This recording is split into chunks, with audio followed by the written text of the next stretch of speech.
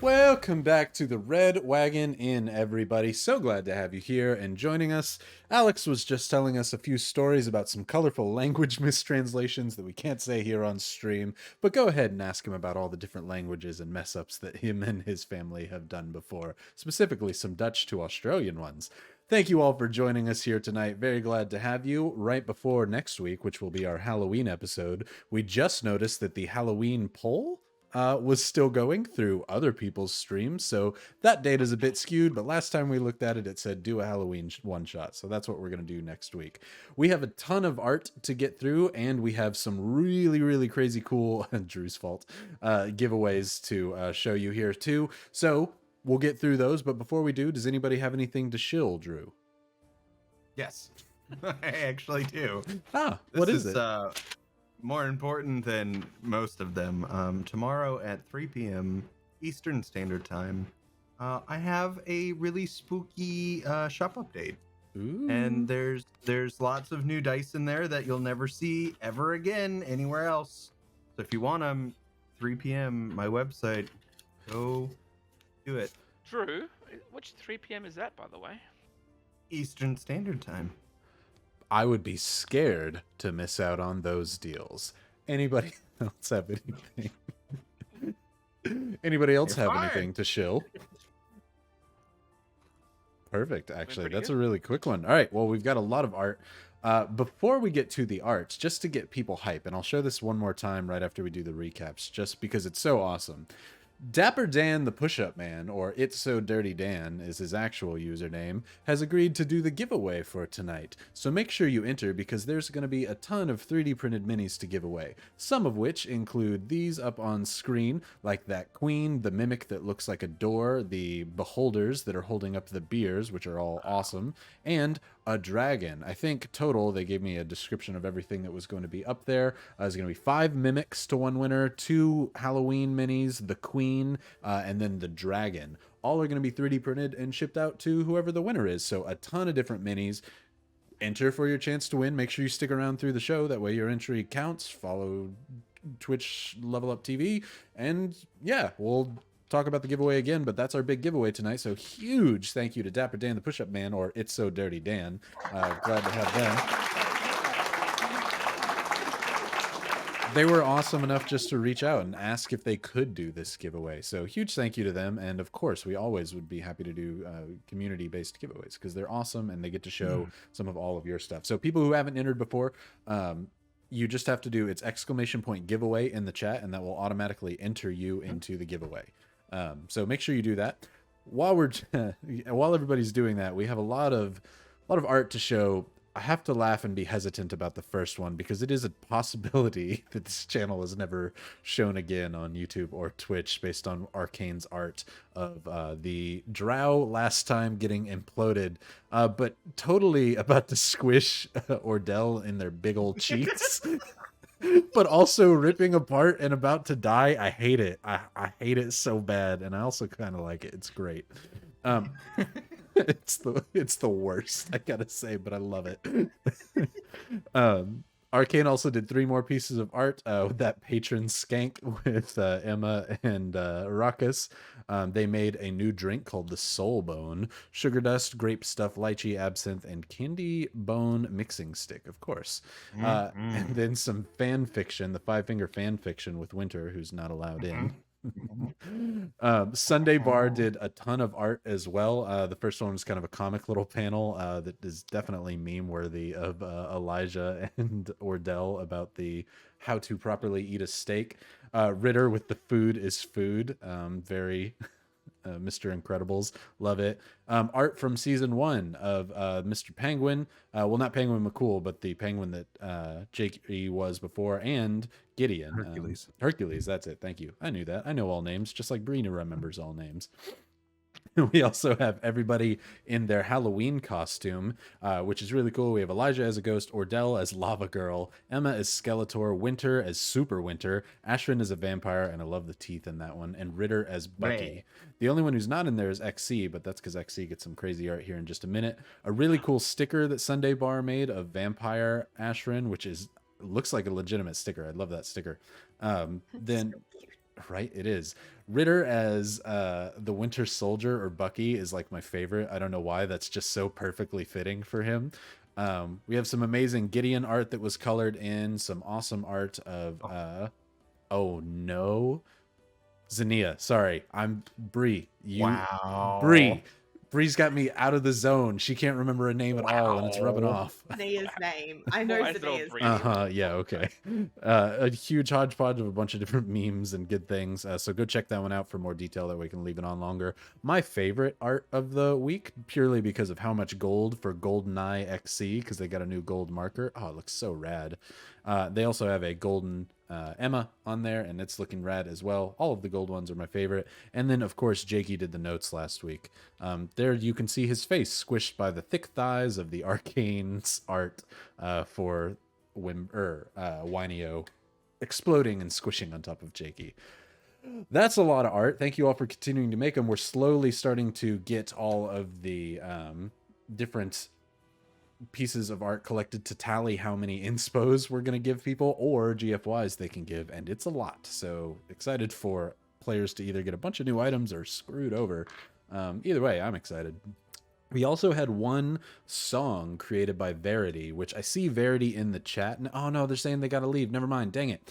Verity messaged me on Discord. I will look at it right now. But if you haven't seen it, I was asking Verity for permission for showing their song. Oh, and they said, of course. So during the Be Right Back section, I will play it because they recorded audio of it. But go look at all the words. They wrote it from Winter's perspective. It's so good, and it's about all the characters in the party. Absolutely awesome. I'll play that during the BRB section. So super excited. Verity, you rock. It was great. Anything else we have before we do the roll for recap? That was a lot. No. We appreciate all your art. It's so awesome. Yeah, we do. It's so crazy. It's crazy good. It's Per- beautiful. Amazing. Perfect then. Let's go ahead and roll for recap. 15 from me. I rolled a 10. 10. I'm on Okay, 3. good. I Does didn't anyone see roll a 2 or a Bree's 1? Ooh. Yay! I had an 8. Ooh. Ashern? 18. Okay. Yeah. Alex, it's on you I heard this week. Jakey just rolled a 2, just by the way. Oh, dang. You know Yeah. what? Why don't you do it for him? Just You know what? Such a nice guy. I will. Tag in. All right. So last week we arrived at the village of Windburn, and there was a whole bunch of blindfolded shenanigans. So most of us were blindfolded except for Oh. Emma, and Emma was led off in a different direction, and then we fell down off a bridge a few times and battered our heads against bridges and everything else.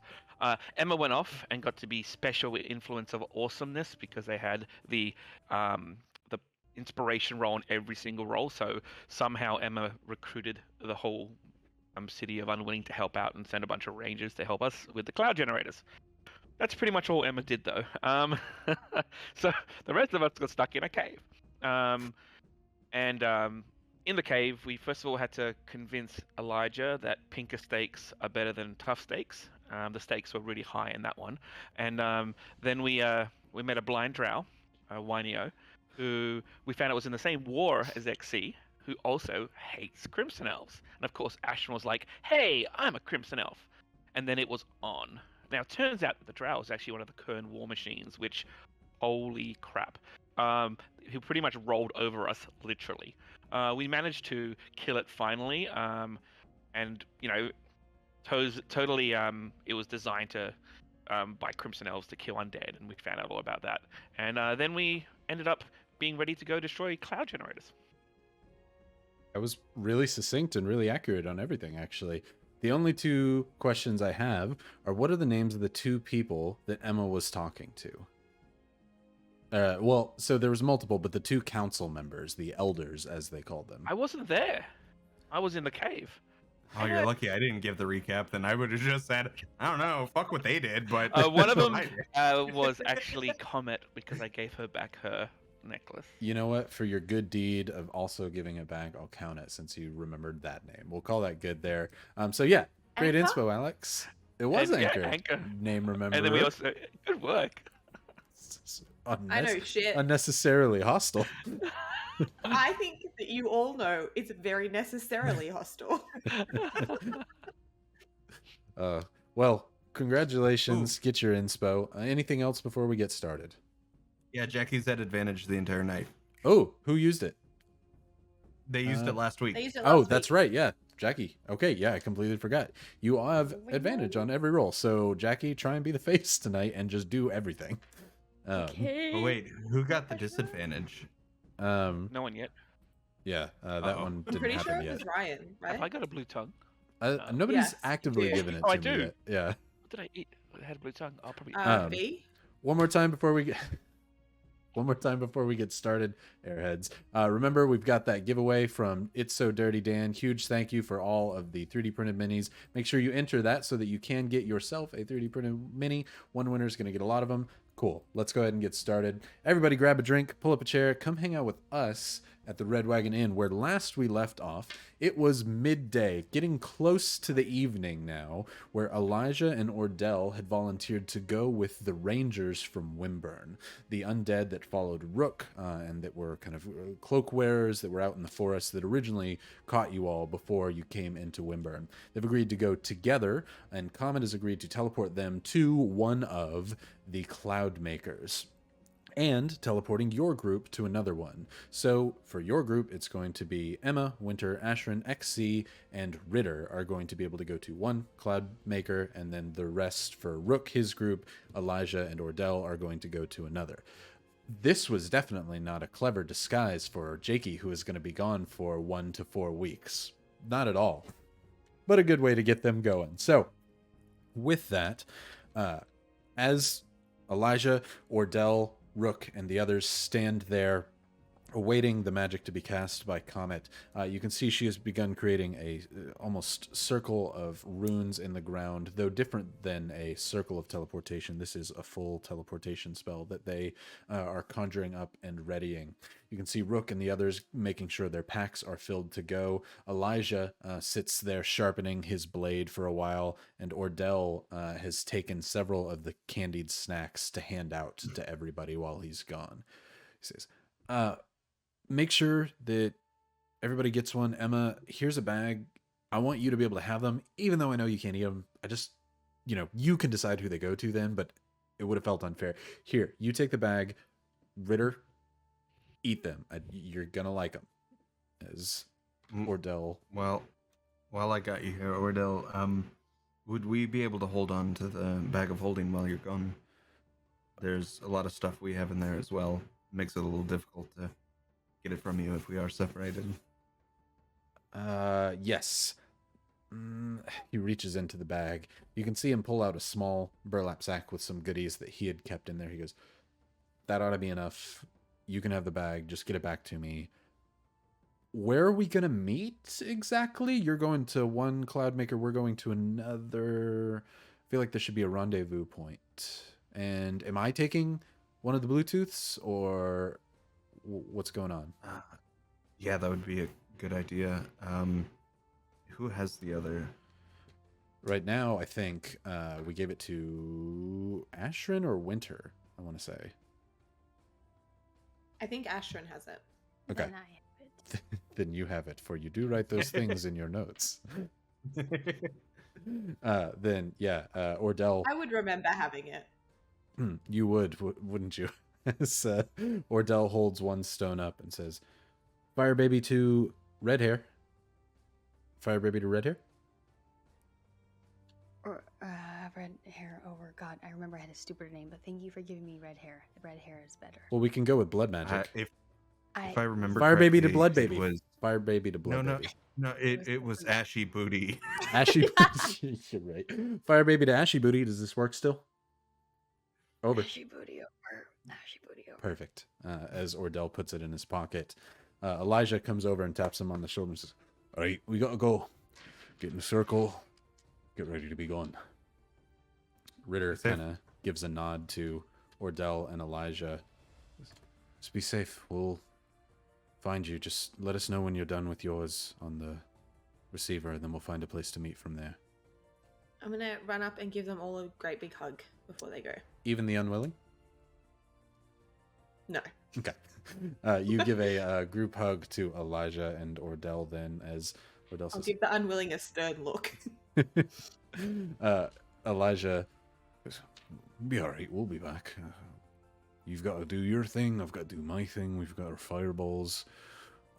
If you find where to hit it right in the heart of one of them, just let me know. That way I can do it, and vice versa. If I figure it out before you, I'll let you know."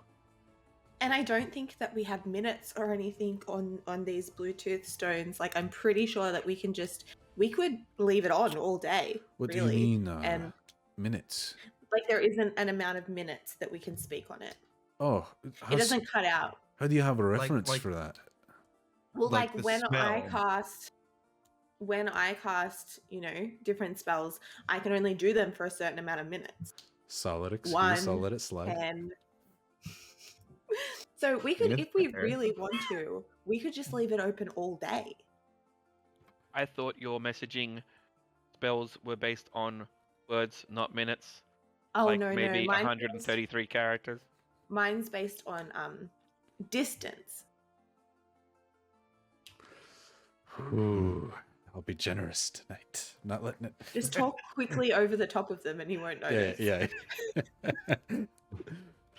Well, yeah, I mean, I guess we could do that, but I have to hold on to the stone, and that makes it so I have one less hand the whole time while I'm using it, and you can't focus on other spells. You could probably fashion some kind of a device to hold it to your ear. Would it be a hands-free? So, like, something that I could do it without hands-free? Yeah. But I feel like I would look like a tool if I walked around with a Bluetooth stone on my ear this whole time. I mean, what's more important? Getting work done. Appearances? Sometimes it is better to just forget that other people exist and talk loudly getting this done. Get my work done. Okay. Isn't that what you want me to do with the Bluetooth device, hands-free? What? You don't have to started talk to this. us? You started this, Brie. Anywho, as Elisha and Look, it'd be a lot Ordell, easier if the stone could fold. flip stone. Elijah and Ordell get into the Word. circle after hugging you, and you give the stern look to the other unwilling, who you think give you a stern look back based on how Emma generally behaves, but they have no eyebrows in which to prove it. As they sit all around the circle, Comet holds up a small crystal blue flower in her hand. She looks over and says, "Is there anything else that needs to be done before I let them go?" No, but just make sure you call at least 1 to 10 times a day. Of course, why wouldn't I call 10 times a day, Ordell? As Ritter goes over there with the map, he says, "They didn't point anything out, so just send them to the southern one, I guess. That would be easiest." She says, "Okay." Comet sends them where Ritter tells them to, because there was no general consensus reached at all for where they wanted to go, and that's one of them.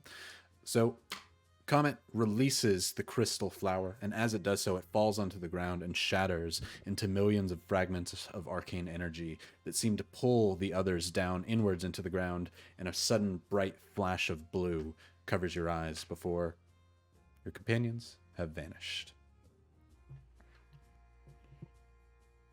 Are they gone? Ashrin, Uh, Ashrin, can I borrow you for a moment? Yeah, sure.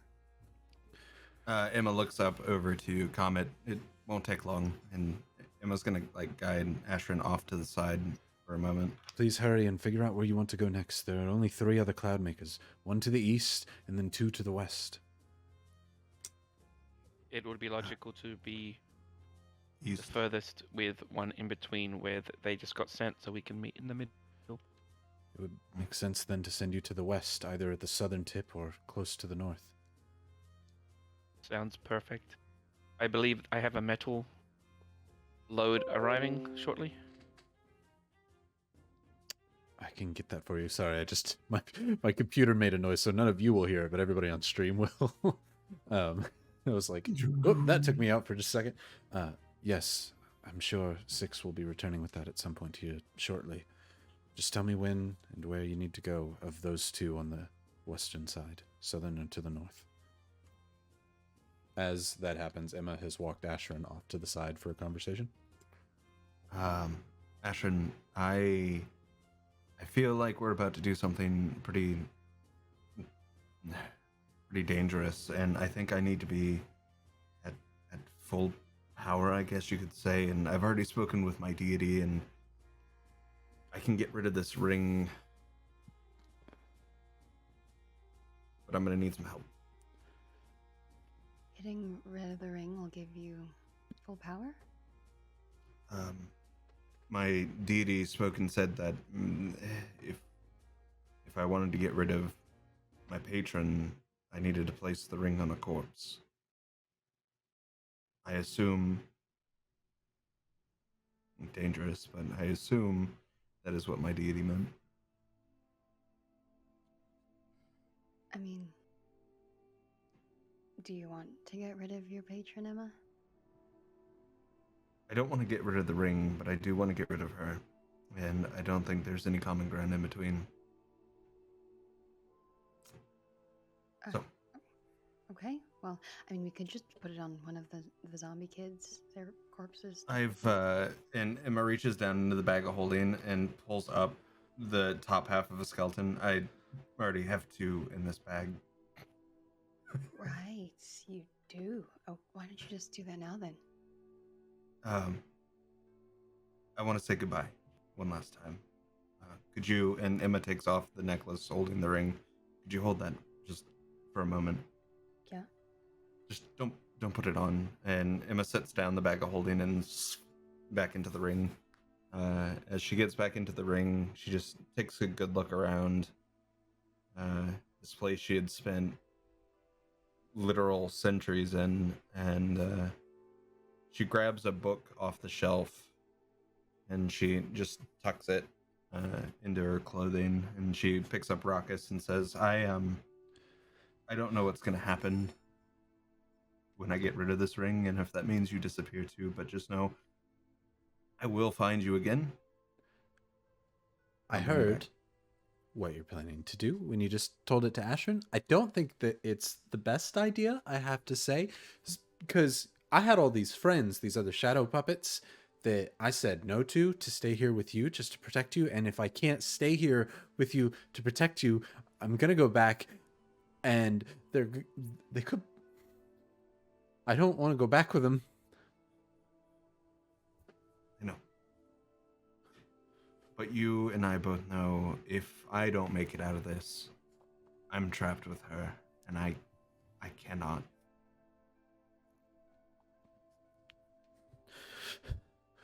I will find a way to get you back. Promise? Emma holds out her pinky. I promise. He holds out his shadowy nub of a hand with no real fingers to be seen. It's like a child grabbing somebody's hand for the first time. But when he does so, a small shadow wraps around the rest of your hand. Where he says, I'm going to hold you to that. You should. If I have to, I'll go to the 9 hells to find you. Just tell me when you're going to do it. Tell me when you're going to do it. I'll hold my breath just in case. I don't know what's going to happen. We gotta head out of here. Is there anything you want to out? And Emma just stops. She's like, all right, just come here. And Emma holds on and then back out of the ring. Emma, thank you. Emma takes the necklace from Ashrin, starts pulling out one of the corpses from the bag. Well, this is it. Ashrin, just stand back just in case. I don't know what's about to happen. So let's find out together. And Emma's gonna... As I'm gonna put my hand on Emma's shoulder and just be like, is this what you really want? You're sure? Nope. And Emma's gonna slide the Wait, ring before you onto do the that, before you corpse's put finger. the ring. Let me just... Okay.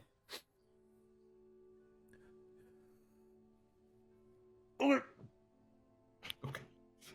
Emma slides the ring onto the corpse's finger. As you do so, the ring slips on to the ring finger of the corpse. Before seemingly a spell of silence envelops the area. Winter, XC, you are talking with Comet, asking about when the metal will arrive, when Six will return, when all of the trees, all of the wind in the trees seems to suddenly stop. and you turn and look, where the only thing that you hear is a small humming, like scraping of one metal across another and leaving it to hum in the air. You hear the ring onto the finger. You can almost know that it's the ring going on the finger, though there should be nothing that makes that noise. Everybody roll me a perception check.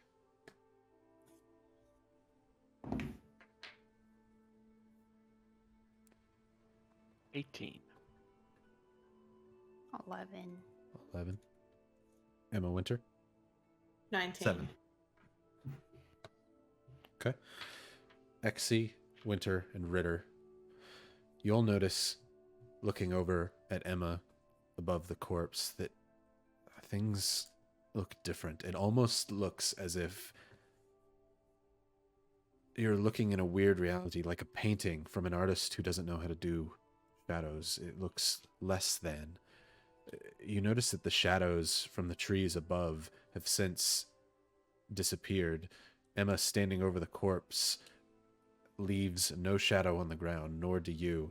It took you a second to realize what felt so off before looking down, and you notice that you cast no shadow either.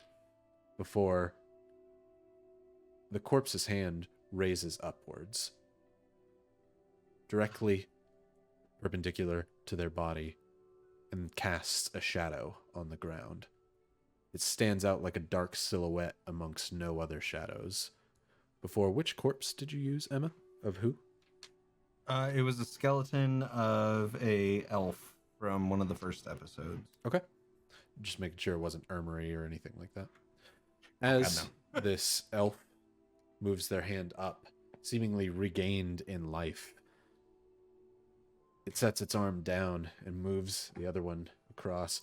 Barely any flesh left on its skeletal frame, just enough to hold its jaw in place before it pushes itself up to a sitting position and stands amongst the leaves, looking at the rest of you. It turns towards you, Emma, before seemingly looking back and around you. For the elf female that you gave the ring to looks down and says, "What is this? Why have I returned?"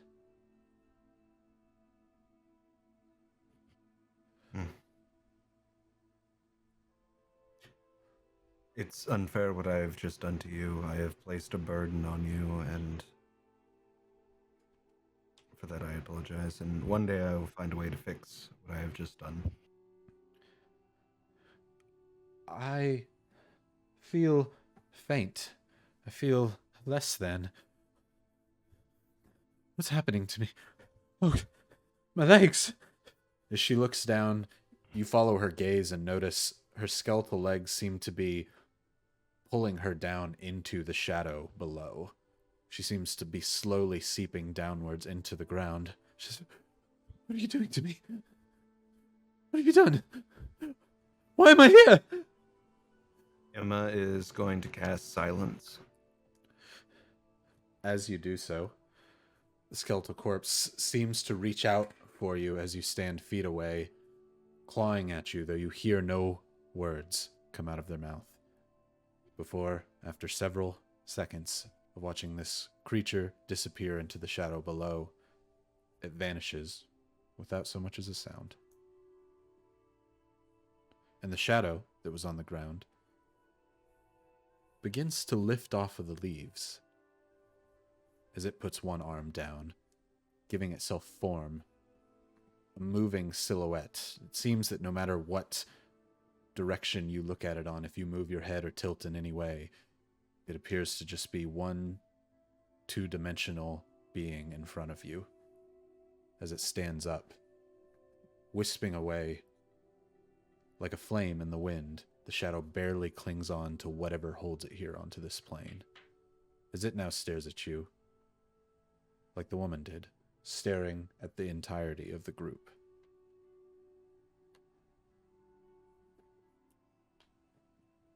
Emma lifts up the Silence spell.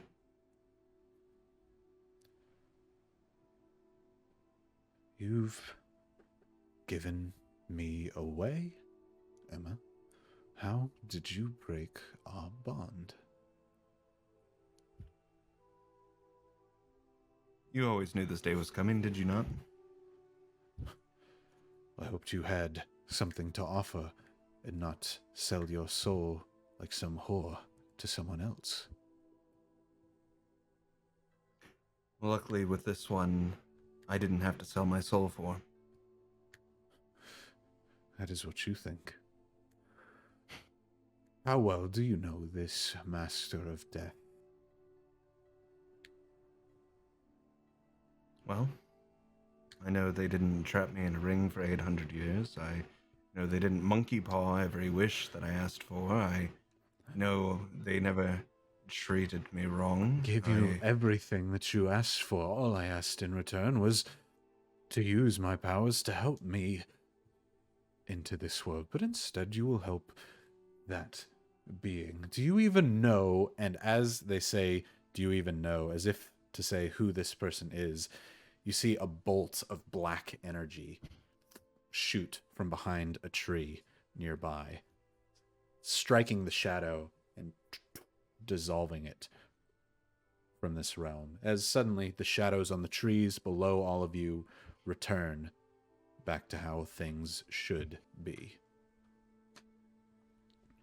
And now, another unwilling, one that you didn't really pay much attention to before, or perhaps were just too ingrained in your own story to notice, stands on the ground floor of the treehouse village of Wimburn that you're in, clutched over, holding a staff.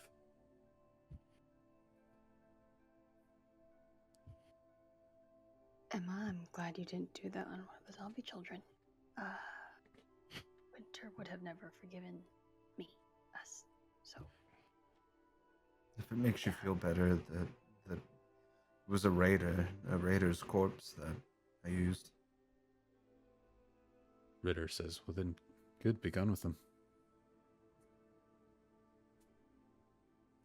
Emma immediately opens up her cloak to try and look for Ruckus. You look inside and notice no Ruckus, but as soon as you open your cloak, you begin to see something that you weren't expecting. The green flame inside of your rib cage seems to be fighting with another flame, purple in origin, as the purple flame grows before snuffing out the green flame. All of the energy symbols that you have tattooed upon yourself, the flame within your eye, all slowly take over and become a bright, vibrant purple.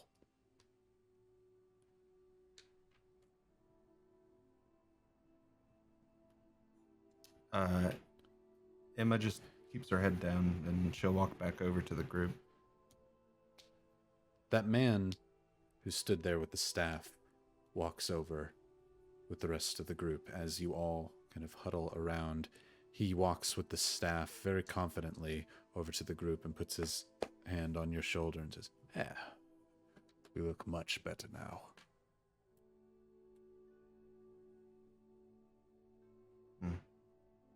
The man stands there in long purple and black robes, pauldrons that seem to be made of cloth and old parchment, and a crown pointed upwards with two horns coming off of the crown. He looks different than the rest of the unwilling here, eyes inlaid with ruby and teeth made of sapphire. You look much better. I already now. miss him. Oh, I'll get him back for you if you want. I'd like that very much.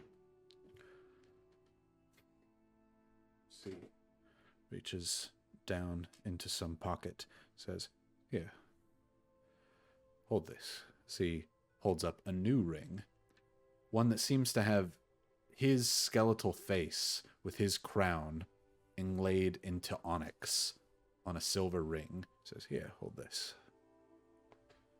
We got you a different ring."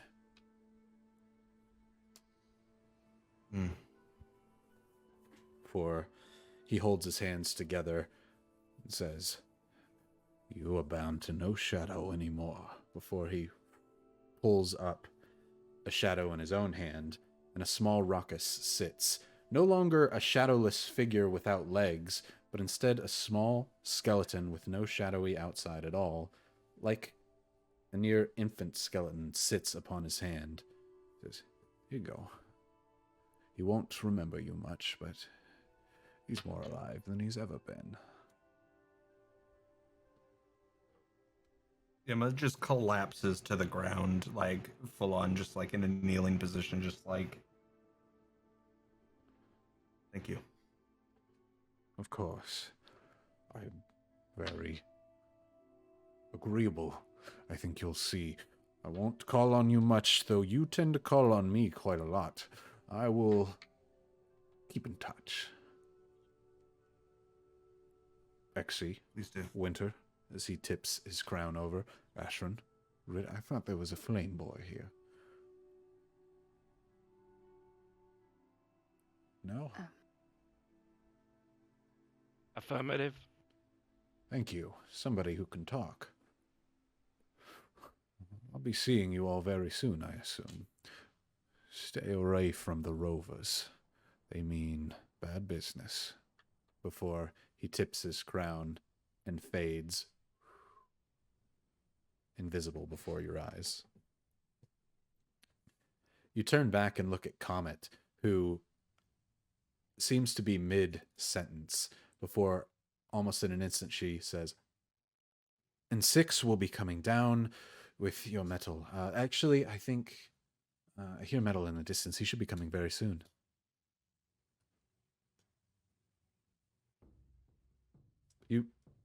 What's happening? You all look... What's happening here? Why are you looking at me like this?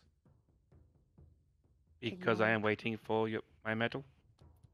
Yes, but you all seem... It's been a while since I've seen people with skin or eyebrows. Sorry, maybe I'm reading too much into it. I'll go find 6 and I'll return. But then be ready to leave. Skin, eyebrows.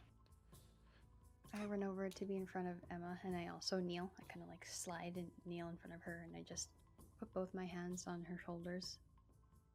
Are you okay? Just hope I made the right choice. How do you feel?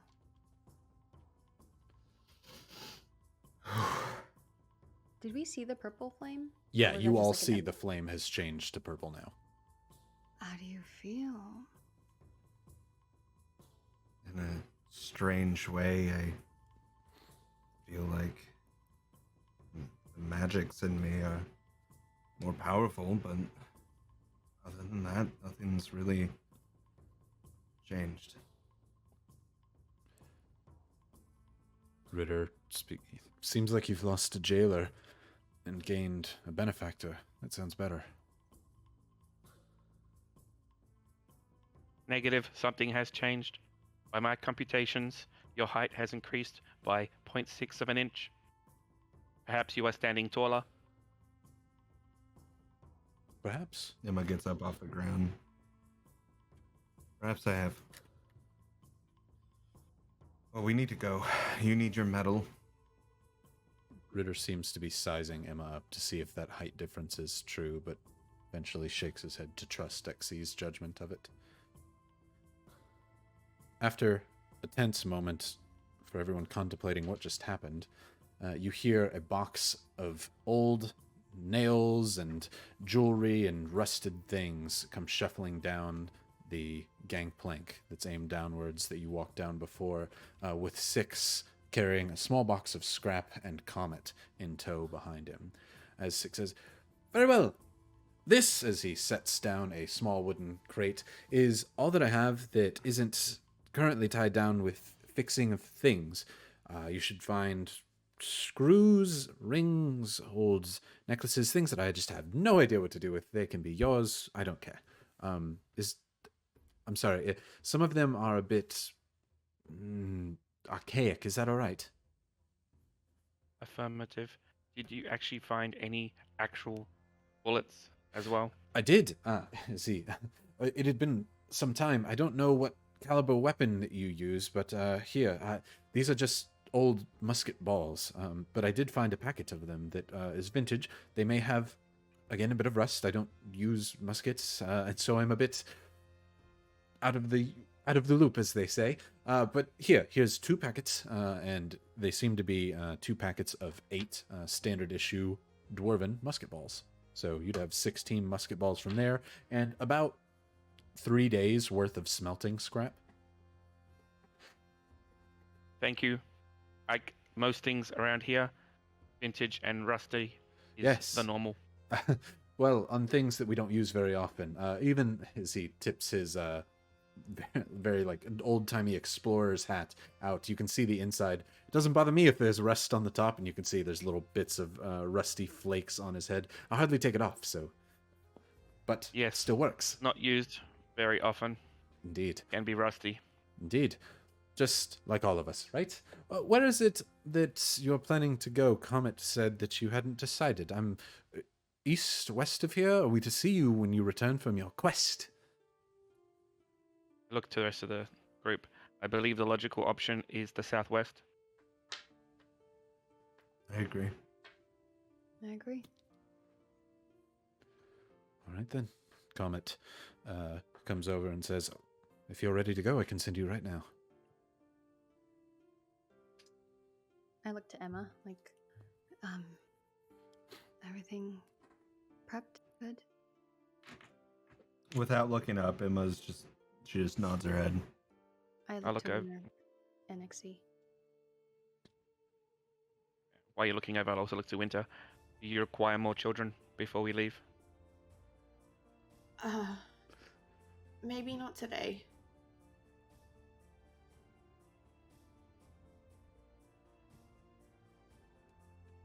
I still have one more corpse if you end up needing it. Ritter looks over and says, how many people do you keep in there? As many as you kill. Oh, good to know. Well then, I'm ready. Ritter takes his bow off of his shoulder, strings it once again after the fight, and holds several arrows in his left hand amongst the bow, ready for whatever may come at the other end of that teleportation. Is everyone ready? I'm just gonna hold on to the new Ruckus. I pull out my rifle. The little one looks up at you as you hold onto it in your hand. It now very much mimics like something that Winter created, though with a comically large head. This almost looks to be an adult's head on a very, very tiny skeletal body. It seems to hold it up, no problems, but looks up at you before looking up at the rest of the group. Where are we? Everyone can hear Ruckus speak. Says, where are we? Wait, Dan, you must hear that? Mm-hmm. We Hear what? are in a place. I was talking. I'm sorry. We are in a place called Windburn, and we are about to go through a teleportation circle. Okay. To where? Okay. Southwest. I like the Southwest. Good food. I've had something called a whole case of Dillas down there one time. Should be good. Make sure to hold Pull on. out my gun as and we shoot go. him. A case of Dillas is a legitimate thing in my world. That's a measurement for how many Dillas one can eat. Wow. As Convenient, isn't it? isn't Yeah. it? If you have any I- complaints, you can ask about your minutes to your I local look at Bluetooth the- company. I look at the 3 casters. Just one question before we leave. You of magical sorts. We have just finished combating a large opponent. Are you ready to be teleported?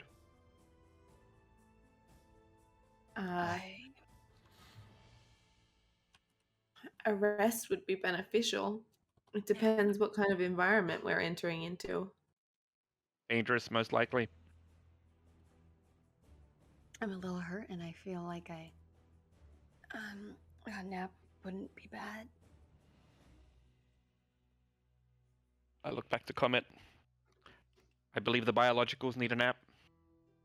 I can send you nearby instead of directly at whatever it is. You can find a place to rest there and then have some time to make a plan, if that's what you'd like. Wait, why can't we just rest here where we know it's safe? You can, but it will be quite loud. I'm about to tell all of my people that they must leave, that something is to come here and try and kill them. Right, forgot about that, sorry. So I will be should busy. be able to create somewhere safe for us to sleep again. Okay. You tell me if you'd like that to be here or there, but decide quickly. We will get out of your hair as we speak, even though you and I both do not have hair. I'm still familiar with the expression, as she plucks a blade of grass and it immediately turns into a crystalline flower. To the southwest, then, as Ritter pulls open the map and begins showing her where he knows a Cloudmaker to be.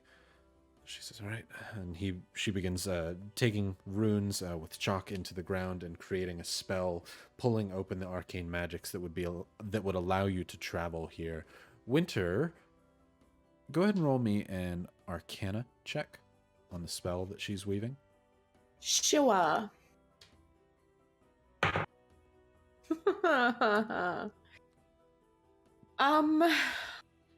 That is going to be 14. 14. Your familiarity with teleportation magic is not very high. You've read about it, but not dabbled in it as of yet. But you're certain that you shouldn't be able to teleport in or out of this area. Some of the ways that she's going about writing the lines, you even recognize some words not to be in Draconic like most magic is. Comet seems to have figured out some way around the barrier that prevents it here in Old Korra. Might be something worth asking about or being taught, but it'd be hard to learn on your own. Mm-hmm. Oh, go ahead. So she's performing the spell like right now. Right? Yeah. Okay. Can I like jot down some of the phonetically some of the things that I can hear her saying? Yeah, absolutely. Go ahead and roll me one more Arcana.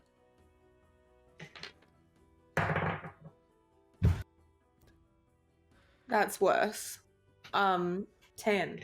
It's like trying to That was a hear 2. and write down something from a language that you don't understand. Imagine Spanish or French. Trying to write down any one word when a fluent speaker is speaking incredibly fast is super difficult. You get a few syllables out before just saying, all right, whatever, I'll just ask her sometime when I see her again. As she pulls off this crystal flower and holds it up as it seems to try and pull itself downwards. She says, are you ready? Right before she does, Emma's gonna wince a little bit and put on the new ring and give a nod. Slide it over your finger. Ruckus grabs on to your forearm as if a sturdy post to hold on to. Ritter knocks an arrow. Everybody ready to go? I'll make sure their children are in nice and tight. What's left of them. 6 says, good luck out there. I want to hear what you've done when you're done, as the flower is pulled. Good roll. As teleport doesn't always work, but good roll. As you feel yourselves pulled downward by the arcane forces of this crystalline flower, you almost feel yourself move beneath the earth in a near instant. You might have read about teleportation before and what it feels like. It feels like flying through the air or space itself as you watch colors flash by. This one you see nothing but dirt. Miles and miles of dirt vanish before your eyes, before suddenly the light is almost blinding as a flash of red cracks above your head and you find yourself standing on the edge of a cliff near an open field. There's another cliff nearby that leads to a long, slowly declining ramp out into a very, very open field. At the edge of this field that seems to span for miles and miles, you see dirt being sucked upwards like a giant quarry down below. Rock and the very life essence of the earth itself is being lifted upwards into a great machine that spans several hundred feet tall and wide, cylindrical and covered in gears and moving parts and open flames. This brass and iron beast of a machine spits out red and black clouds as what seems to be pure lightning generates these things as it floats above the earth, sucking up the dirt from below. This thing is maybe a mile or two off from your location, but it seems massive even from this great distance. But you sit maybe 400 feet up above its current location at about 1 to 2 miles away from it. Even in the distance from here, you can see ocean far off to the horizon as you are near the Rockbeak Peaks from Ritter's location on the map. She did a good job of getting you close, but not too close. As you all find yourselves with full footing on the ground, seeing the source of the clouds above you, but off in the distance, you see the sky for the first time in a long, long while. These clouds are pulled all far off to the east and to the north that completely cover Old Korra, but it doesn't seem to bother putting clouds outwards in any other direction. Where that sea is below you is nothing but the horizon that you are used to. As the sun is getting near setting time, you might even be able to witness a brilliant sunset here from this cliff. What are we doing? Okay, team, do we set up camp? Are we happy with here? I look to Seems- Ritter. Seems like It a looks decent like- position. Defendable. You've got a good vantage point here, Rexy. I think we should be fine. As soon as they agree, I'll start casting Tiny Hut. As you begin work on that, Raucus kind of climbs upwards over on top of your shoulders, Emma, for saying, "This is far more comfy than your bony arm. I'm happier here on top of your shoulder pads of your coat." So, now that we're to the southwest, what are we doing? Oh, I was gonna take that nap, but I realized I need 10 minutes. Or wait, 10 minutes. What are we doing? I don't know. Don't everybody speak at once, but somebody tell me. You see that off in the distance over Yes. there, and Emma points. Yes. We have to destroy those. Should be There's not easy. just It's one. There's it's pretty small. It is from here. Well, that was the joke. Of course, I can tell distance, but it should be easy, right? Well, at least you didn't lose your humor. That's good. Well, you look like you're made of fire, and we have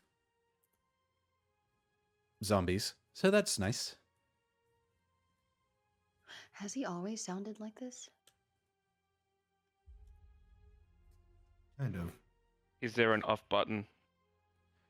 Bet there He is used to on be a lot you. more And as Emma was about to say, he used to be a lot more sassy. She stops and it's like, no, not much has changed. As Ruckus says, there is on you. I look down to him, and I can install one on you if required.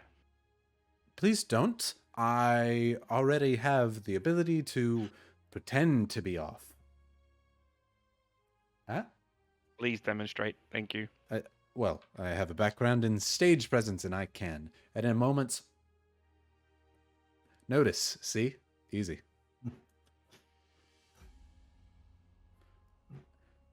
Ritter says, "Right then, Winter, let's hurry it up with the the spell." Ashrin, you said you were having to do something during this time as well? No, she was just prepping for the nap. Okay, prepping for the nap, as we all do. Sitting here on this cliff, the sun slowly begins setting before a sunset is off in the distance. As Winter, you finish up your tiny sphere of protection. It is the Leoman's tiny hut, correct? Perfect. Yeah, just Tiny Hut, but yeah. Tiny hut, got it. As I'm the pretty sure sphere- they're exactly the same. Yeah. One is just available for the public to use. Mhm. As you create your sphere of invulnerability and allow your children and the rest to enter and exit freely from here. It mimics the landscape from nearby. Very, very brown, rocky terrain, though it will stand out as a very polished sphere compared to the rest of things on the edge of this cliff, you will be protected from all harm, at the very least. Ritter says, all right, we'll get some rest here and get off as soon as we can once everyone's rested, and in the morning we'll try and take down that thing. It's bigger than I imagined.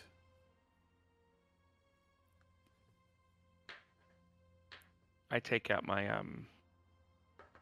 my Tinkerer's kit and I start going through the 16 bits of ammo, potentially rusted, and I polish and oil each one to make sure that there won't be any issues when I use them, and that's what I'll spend my tinkering on this evening. If you spend your time on that, you would easily be able to get them all ready and available to be shot from your specific weaponry with no issues. The rust was going to increase your chance of misfire, but if you spend time cleaning it, you're golden.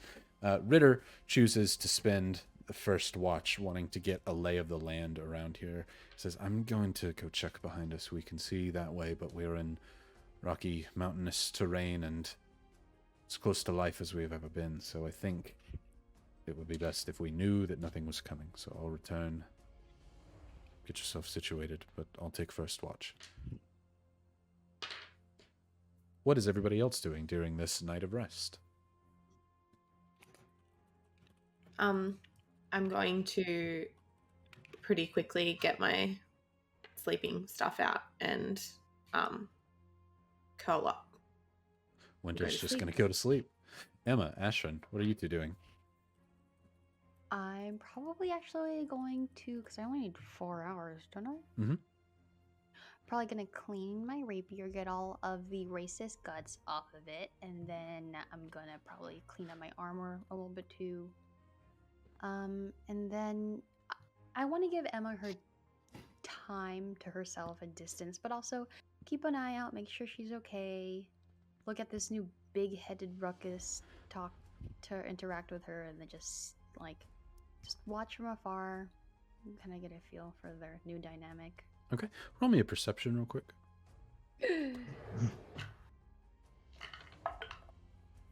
9. You mostly leave them alone, and in doing so, focus on your work before eventually sleep will take you, and Emma will begin her conversation. You want to more respect her more than you do eavesdrop, and so you allow her a lot of space. Emma, what are you doing during this time? It's gonna be one of the first nights without the ring, and she's probably just fiddling with the ring on her hand, just like blankly staring out. Roll me a perception check. Oh, perception +4 is going to be a 21. 21. You look down at the ring and observe its onyx face, that crowned skeletal structure that you saw before with the horned crown. It's got ruby eyes even in this ring before you. It's a bit unsettling before you realize, wait a second. It went over your knuckle bone just fine, but it seems to have shrunk in size. Now it fits perfectly around the bone of your finger. It would be a chore or possibly bone breaking to get it off either side of the knuckle bone on your ring finger now.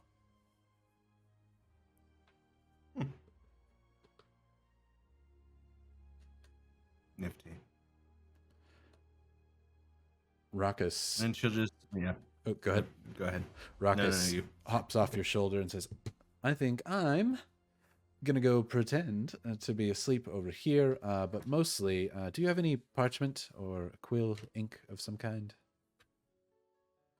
You don't have pockets anymore. No, all just ribs. Emma goes into her own bag, not the bag of holding, but she goes into her own bag, and she would have some parchment. Not sure about the quill. Actually, no, she would. She's written books and things. And give him a set. Might be. Actually, can I roll a percentile on that to see if that's something I left in the ring? Yeah, absolutely. I haven't moved. All right, I'm pulling my hands up. I know this is of no importance whatsoever, but that's two. That's 100. What a good use of a So percentile 100 roll. So I'm gonna assume yes, I do magically pull out All of the trinkets and minor things from your ring. You did say you went in there and got quite a bit and moved it out at one point. Yeah. All of the minor things, absolutely. Large things like furniture, bookcases, a lot of your books are still there, but a lot of the minor things you've taken out that you might need. Okay, and then I hand that over. Okay. As you hand it to him, he says, "Great. This is just too pretty not to draw." As Raucus waddles over and sits next to a rock nearby, as he looks at everybody, for he just seems to be drawing something on the parchment below. But with that, Exy, you begin working on your bullets for a while. Winter, you have passed out immediately. Ashton, you're giving Emma and Raucus their space. After maybe about 2 hours, Ritter comes back. Oh, go ahead. Cool. Keep going. I just want to talk to Ritter when he comes back, which is perfect timing. Ritter comes back with a small hair on the end of an arrow. He says, "This is a good sign.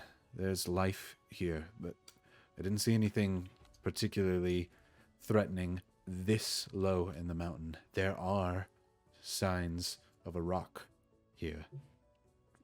It's good to keep a low profile. Best not make ourselves too easily known. But I do have dinner, and it's fresh." See, creates a small fire here with some nearby dead wood and begins skinning the rabbit to eat. Exy, you wanted to converse with him? I do. Ritter, may you join me for a moment? Absolutely. What do you need? Can you describe to me more this ability you have to bring out the blue essence? Of course, it's a Shadowkai trick. They use it on their hunters and rangers to kill something without bleeding it too much. You can pull out a creature's soul and attack the soul instead of the creature itself. It helps preserve the body for meat or for more nefarious reasons. How do you perform this?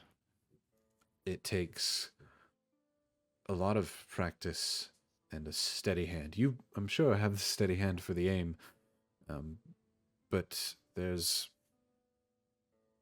a place you can hit a creature and ways you can enchant your weaponry to make it so that you can pull a soul out of a creature and strike it in the soul. I've learned how to do it. I keep... he holds out his hand. You can see it's completely scarred over in the palm of it. He says, "They put it inside my hands at one point, carved it in, and I've burned it, gone over it many times, tried to get rid of it, but it's still there. So I can do it without the weapons. I could pull mine out, pull anybody here's soul out just to take a look at it if he wanted to. If they would willingly let it happen, it's very easy. But against enemies, you have to rip their soul, rend it from their body." Understood. I was fascinated by how it helped with the war machine and wanted to know if it was something I could either learn or, and I pull out a roll of tape, have imbued onto, and I show him the tape, magic that allows me to then also initiate this spirit removal. I don't think that I could put it on something this small. It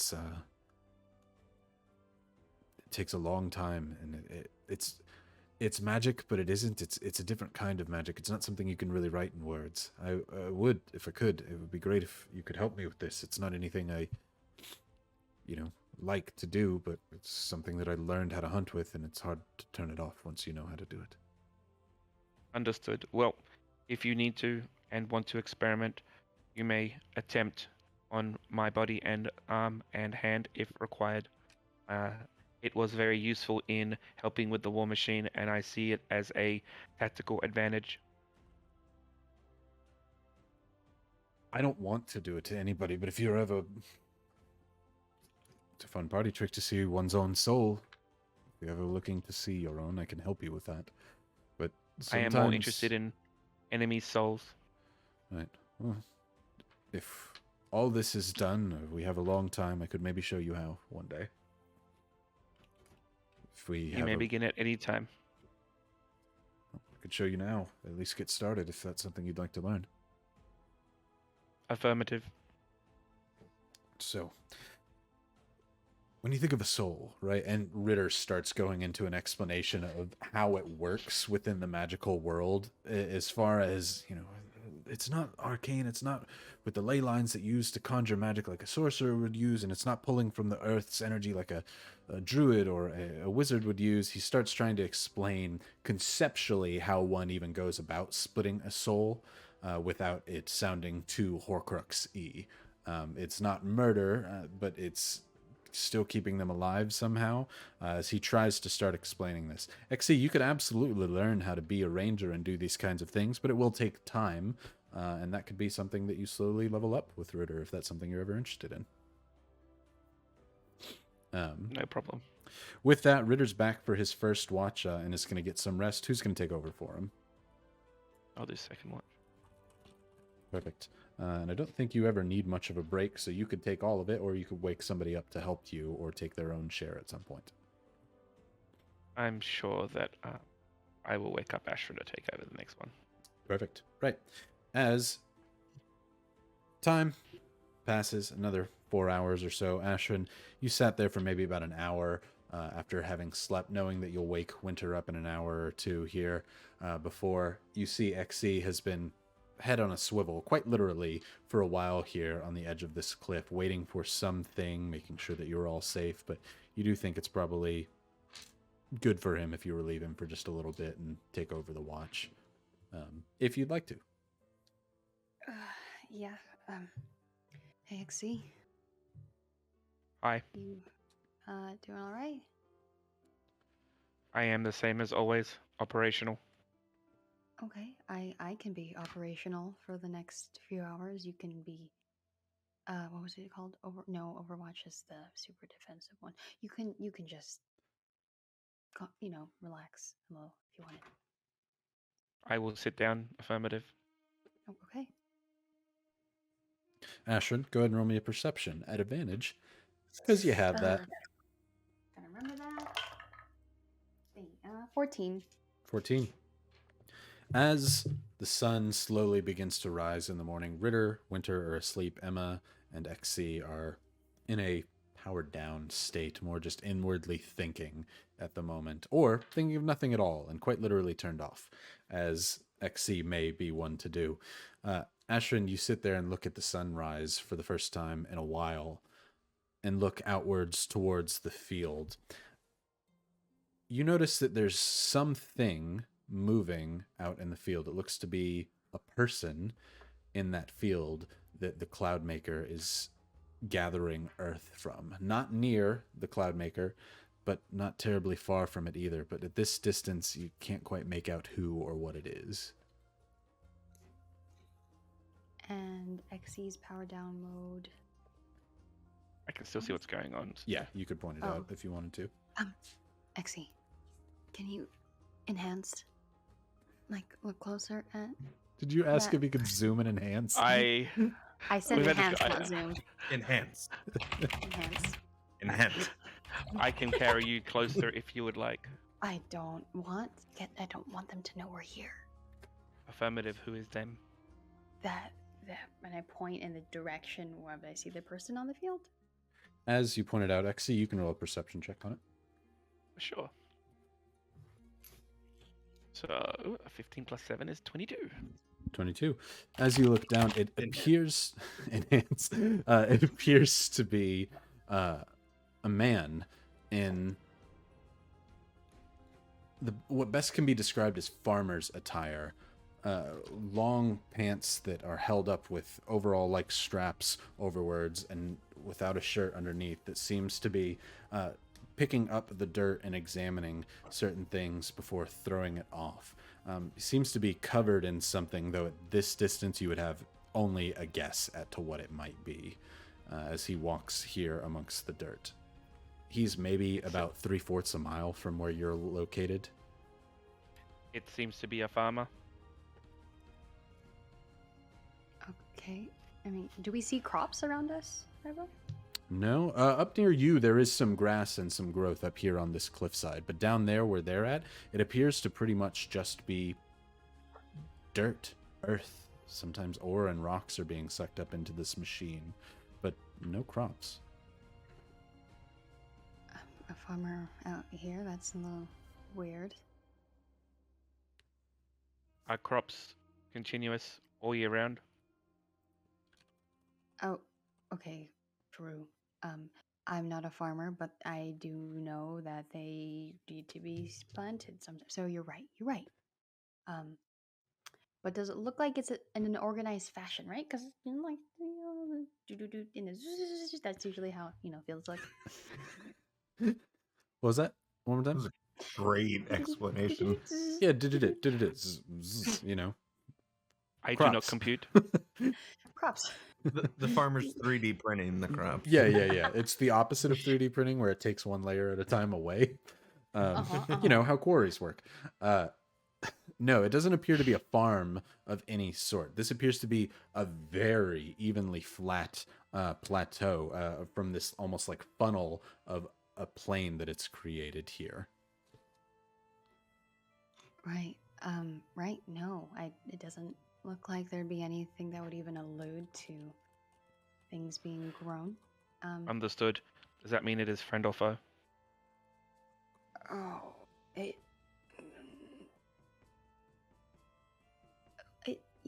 I've heard there's a saying, it's innocent until proven guilty, so it's friendly until they prove otherwise.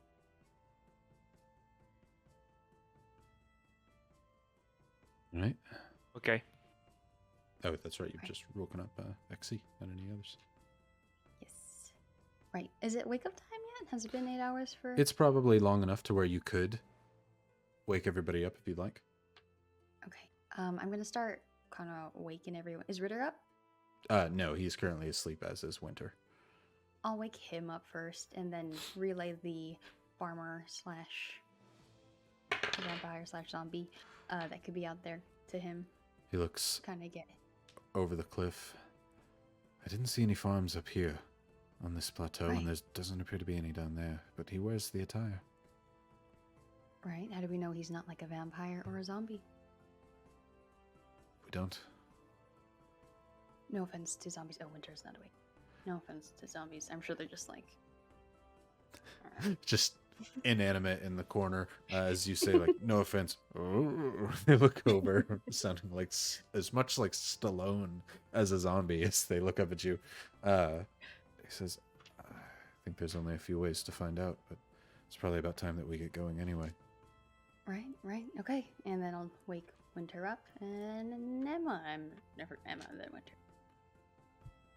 Winter, Ashrin slowly shakes your shoulders awake, and even inside this little sphere here, you can see the sun rising in the distance as you all sit amongst the cliff, as what all of that information is relayed to you for what's going on as you slowly wake up. There's a small bit of cooked game, some rabbit that Ritter found before that he has set out for you that you can kind of slowly eat as you wake up in the morning. But Ritter kind of lays out like, okay, they got us here quickly. The others are hard at work. It's time. We should figure out a plan. One, I'm waking in the morning. I just want to send through the first draft of the script for Joe through the ring. Okay. Just so that Drop it in and Yeah. put it back on your wrist, waiting, Yeah. hopefully, for him to send you a reply at some point. and of course, make sure all the children are don't drop dead. Don't drop deader. Don't drop data. Good. Mhm. Yes, you infuse them with their necromantic magics, keeping them going. You can see they were starting to get a little sluggish, but as you've blasted them with magic once more, they are ready to listen to your command. I want to check when I cast the spell on each of them. I want to check that they still want to be here. Are you? Is this still okay? Are you having? I know that yesterday was like quite traumatic. You know, some of our family got squished permanently. Is you still you can tell me if you ever want to just go back to sleep, okay? Oh. Okay. And yeah. Now with the renewed energy, as you stand up and walk around your small camp, they follow just feet behind you, moving in sync, one foot after another, following their necromancer. Right. So, what I was thinking is, Ashrin, from within your pocket, you suddenly hear, it was Ashy Baby, correct? Ashy booty. Ashy Booty. Booty. That's it. Flame Baby to Ashy Booty. Flame Baby to Ashy Booty. We have one lit up cloud over here. Okay. Is it? Do I just hear it, or is it on speakerphone? Is this Jackie speaking, not Ashrin? It's out loud. Right? Okay. It's out loud. I do that cartoon thing where it's like, and I almost drop it, but I catch it at the last second. Ashy Booty over. Ooh, okay. We're here, but we had to take a nap. We were kind of tired. And we see. Kind of hard to hear you. You're gonna have to speak up. We just blew this thing sky high. My eardrums don't exist anymore. Okay. Okay, because he said so. Yes, whisper closer. That will work. Right. So I'm trying to be quiet, okay? There's someone down there. I'm gonna yell whisper. There's someone down there who could be bad. We're trying. We're trying our best. Okay, good job though. Thank you. It was so cool. You got the fireworks. Do the fire. There's inside. You'll find it. There's a big thing of oil. Just light it up. Light it up. It'll go boom. Okay. All right. Okay. Ashen. Yes. Ask if they miss us. Oh, do you miss us? You have no idea how much I miss you all. This is so I wish you could have been here to see this, but you're going to see yours. Hopefully it's the same. It's crazy. I can't wait to compare notes. Right. I looked to Emma really quickly and New Ruckus. Right. Yeah, we can't wait to see you either. We'll update you when we do our thing. Right. Crazy stuff has happened here. You wouldn't believe it. Right. Okay. I look at the distance. They're probably really, really far, but can I see like a smokestack somewhere in the general south direction? Well, you're essentially like 200 miles away from the location, but you can roll a perception. Hi. Well, just At advantage, roll that nat 20. At advantage. 19. You are certain you can't see it from this distance. Right. Okay. But I can enhance it for you if you'd like.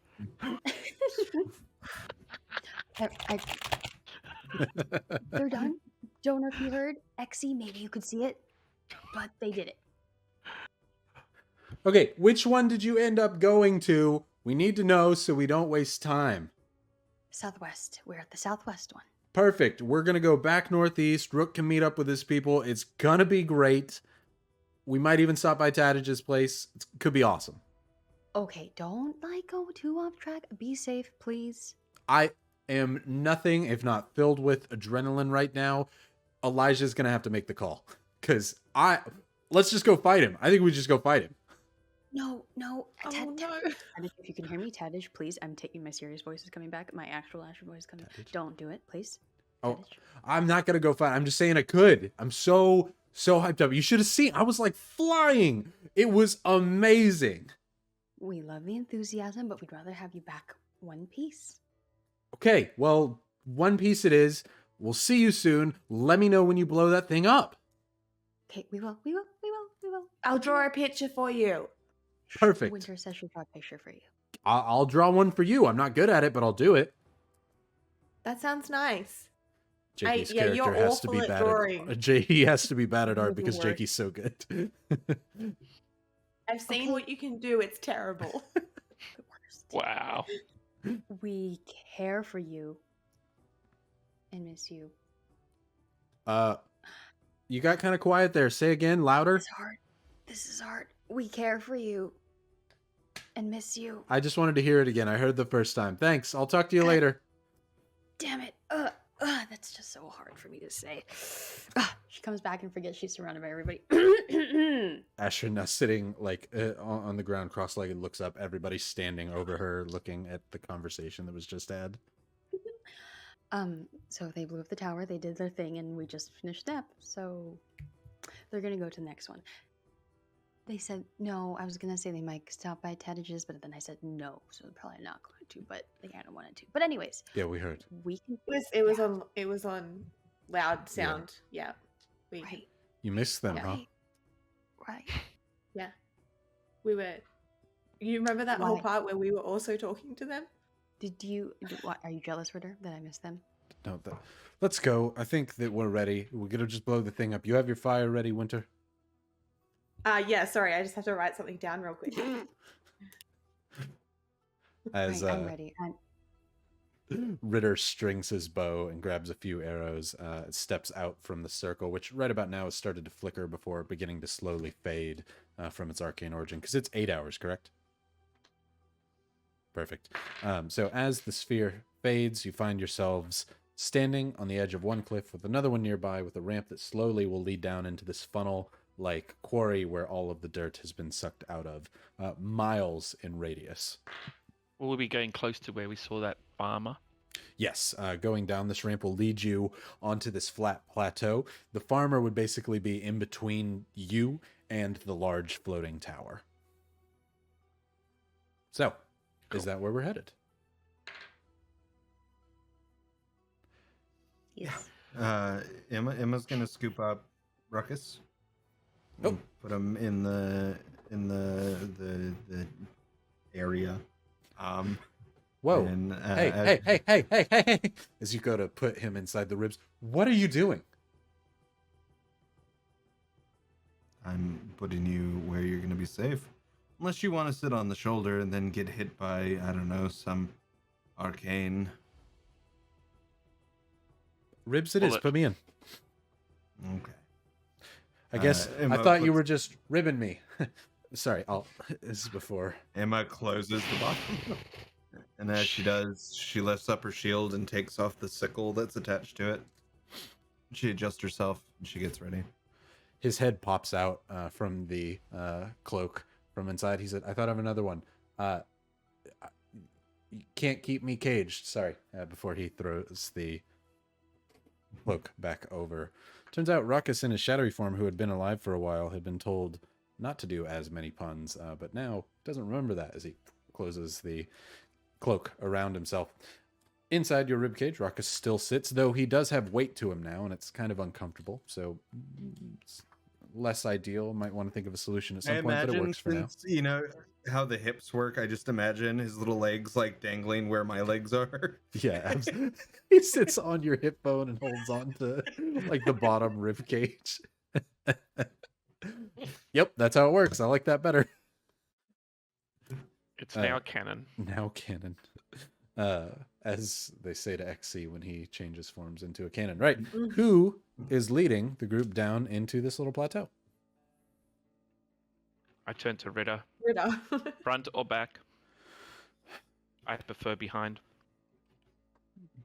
Me as well, but if one of us has to go up front, I can. I believe I have longer range than you do. Fair enough.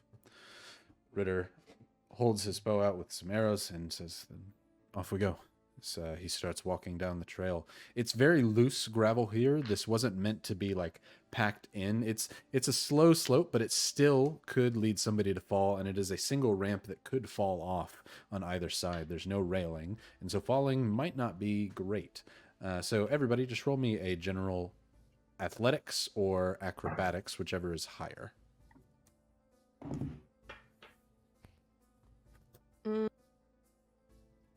+2 is 21. Both are 21. 0. 17. Both are 0? Oh, plus. Yeah, it turns out if you cut off my finger, it doesn't do great for these kinds of checks. But 15. Fair enough. 15? Unnatural. Dirty 20? Dirty 20. Awesome. Did anybody get below a 5? Perfect. As you're all walking, the rocks kind of slide out from underneath your feet every now and again, though they don't seem to be too much to where you find yourself falling or slipping down the sides. You're able to go down pretty quickly without much trouble. No one seems to teeter off on the sides. It takes you about 10 minutes to go down the length of this sloped ramp before you finally reach that plateau, wherein you feel a lot more sturdy, solid ground beneath your feet, though it is littered and covered in tiny rocks and pebbles that must not have gotten sucked up inside of the actual tower itself. As you're standing here, you notice the vastness of the bowl that you're in. You don't hear as much wind except for the great noise that now that you're about a mile away from this tower is all that you can hear in the distance. It sounds, without trying to say this outside of real world terms for everybody to picture the sound, it kind of sounds like the constant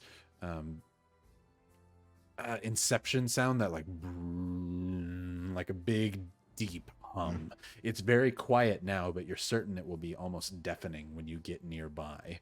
As you see, this farmer is maybe about a quarter mile away from you now, still mostly looking downwards to the ground, looking as he picks something up with cloth in his hand before dropping it on the ground, and keeps seemingly searching for something. It doesn't seem to notice your presence at this distance, though there is nothing to hide behind. So trying to approach very sneaky would not be great. So either approaching peacefully or approaching fast would be both great options. But there doesn't appear to be a great way to sneak up to him. What are we doing? Ritter says, "You don't just talk to the man, or is he sets an arrow in one hand, or do we just assume?" I think we should talk to him. There's many of us and only one of him. If we need to, I'm sure we should have the upper hand. Okay, we'll speak with him. As Ritter begins walking on, does everybody follow? Mm-hmm. Ritter's one with the invisible ring, right? Correct. As he leads the rest of the group and approaches this man, you're maybe about 100 yards away or so before Ritter says, "All right, I'm going to cry out, get his attention as we approach, and be as peaceful as possible. But people generally don't like people with bows, so Winter, feel free to chime in." So Ritter says, Oh, okay, because people love necromancers. "In this land, it's not that uncommon." You are the most, thinking of a word, normal looking of the lot of us. You and I look at Ashrin. Ashrin is a crimson elf. We have already found out yesterday why she is not as normal looking as Winter. Fair. But it may be easy to forget it was a large creature. True. Feel sarcasm in his words, but "Farmer!" as Ritter yells out to the man. The man turns and stops immediately. You can see he's squinting to see you all before he almost jumps, before immediately turning and running. He falls into the ground briefly and begins running off towards the tower. Hey, buddy, it's okay. Stop. And I cast It's about levitate. He's 300 feet away. Oh, just he's for 300 feet. Yeah, so 100 yards, 300 feet. So if you're looking for distance on spells, you may have to try and close the gap. Oh. That's gonna what run I was off. just looking for. Actually, I think that man might be a foe now. I shoot. You have that range, correct? I think with your barrel. 480 at the moment, yeah. Perfect. As XC, you see him in the distance, you quickly just pull your arm up, rest it on your other arm, and take aim. Go ahead and shoot him. Actually, let's go a bit more thematic. I'm going to Oh, yeah. pull my gun out, and then I'm going to fall to the floor, so I land in my prone position. Perfect. As you lay down, quickly adjust your sight for the distance. Pull the trigger. Go ahead and roll to hit. Are you aiming to kill or to wound or... I've been told it's an enemy, so I guess the kill is. Fair enough. Winter was running after this person as well. Sounds I'm not good. shooting Winter, it's fine. All right, first. I'm sorry. I'm very sorry, guys. Give me 1 second. I have to answer that phone. No worries. We'll never know.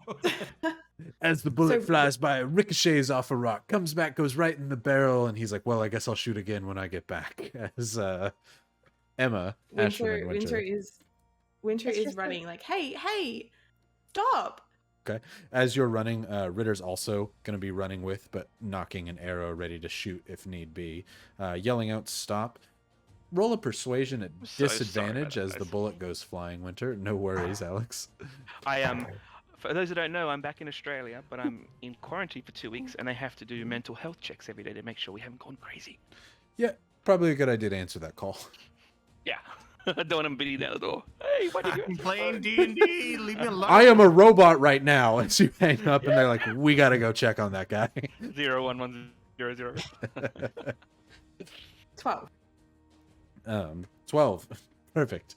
As you say, "Stop! We don't want to hurt you." As the bullet flies off, XC, go ahead and roll to hit. 23 to hit. Yep. It hits. Regular bullet. Yep, at the moment. Oh, it's got magic stone on it, but yes. Ah, okay. Perfect. So as this man is running, you notice he's got some girth to him. He's a bit chubby as he runs. He's not exactly the fastest guy in the world. As he kind of stumbles along the dirt, he falls to the ground. As you're about to pull the trigger, you hold, see him stand up one time, and as soon as he gets his footing, you fire. Roll your damage. Right. Now, the damage is 13.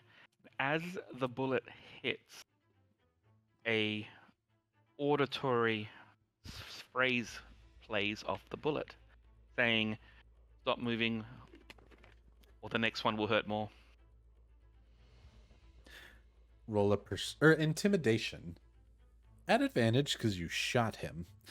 You all see the man just fall to the ground. I'll take a nat 20 on that. Nat 20. Thank you, Moonbeam Menagerie. How much damage was it? One more time. 13. I think we're golden. Perfect. Okay. So as he falls to the ground, you could hear in the distance, it sounds like a mechanical voice in the direction of the man. You don't know what it is, though, XC. You are certain that the auditory hallucination that you created went off. I guess not a hallucination. It was real, as it shoots inside the man's shoulders. He falls to the ground. He gets For up. those that are following, that's my magical tinkering. Yeah. He gets up and is about to move before he seems to almost like freeze in place on one knee before he just turns over, holding his head down and his hands up. I guess what I mean is stop, we won't hurt you more. And I turn around and glare at everyone else and keep running towards him. Ritter kind of, "Okay, this works," as you and Ritter run to greet the man. Emma, Asher, and XC, you sit in the back. Are you waiting there or approaching? I've got my eyes on that target. I'm gonna approach. Okay, Emma. Yeah, Emma. Yeah, she'll approach. Okay. XC, you stay in your snipered position, but everyone else slowly approaches this man. Winter, as you get closer, the man is covered in some sort of black oil, though it is covered in dirt from the surroundings that he's in. You can see his entire upper half seems to have once been drenched in it, but he's wiped it away kind of half-heartedly. He's bald save hair on the sides that give it that kind of monk's-like haircut, though it just appears to be early balding. He's quite old, maybe in his 50s or 60s, a graying brown mustache and beard on the bottom. As he holds his hands up, he says, "I won't move. Oh, I won't move." What are you doing out here? What were you looking for? What? I wasn't looking for nothing. I was just out here. But you were picking things up and looking through the dirt. Yeah, I just wanted to... He tries to raise his right arm up that got shot as he looks at the machine. Says, "Yeah, just to try and see what that thing's doing. Trying to see what it might leave behind." "Did you Where are shot me?" from? Oh, I didn't. I'm sorry about that. I don't. It's not the best start to a friendship. I do apologize. I will say that, friendly fire is kind of common in our group, and I show that I'm missing a finger, but it doesn't mean that we're any less well intentioned. I don't want to be any sort of friend with a group that would shoot me or shoot my fingers off. Can I go? I just wanted to be here to see what this was, and I'm sorry for trespassing. Well, we have a healer. They can probably help you feel a little bit better. We're coming to check out the machine as well. It's not safe out here. You can understand that, we were a little bit flighty when you started to panickedly run away. Was scared. He quickly turns to the side and pulls out a handkerchief out of his pocket and covers his shoulder as best he can. He says, "You can understand why I might have been." So he bites down. Okay. Right, well, I mean, I think about... No, never mind, that's kind of rude. I was going to say think from our perspective, but that's kind of rude. Anyways, sorry. And I'm going to heal him for 5 lay on hand points. As you go over to heal him, you're about to place your hand on him as he grabs you by the wrist very quickly and says, "No, I don't want nothing from any of you. You already shot me. Just let me be on my way." I mean, I'm trying to make you feel better. Don't want none. I don't trust you. I do one lay on hand points to see. Do you? Okay, give me 1 second. He turns around with a 15th level spell. Disintegrate. As Ashrin, roll me a religion check.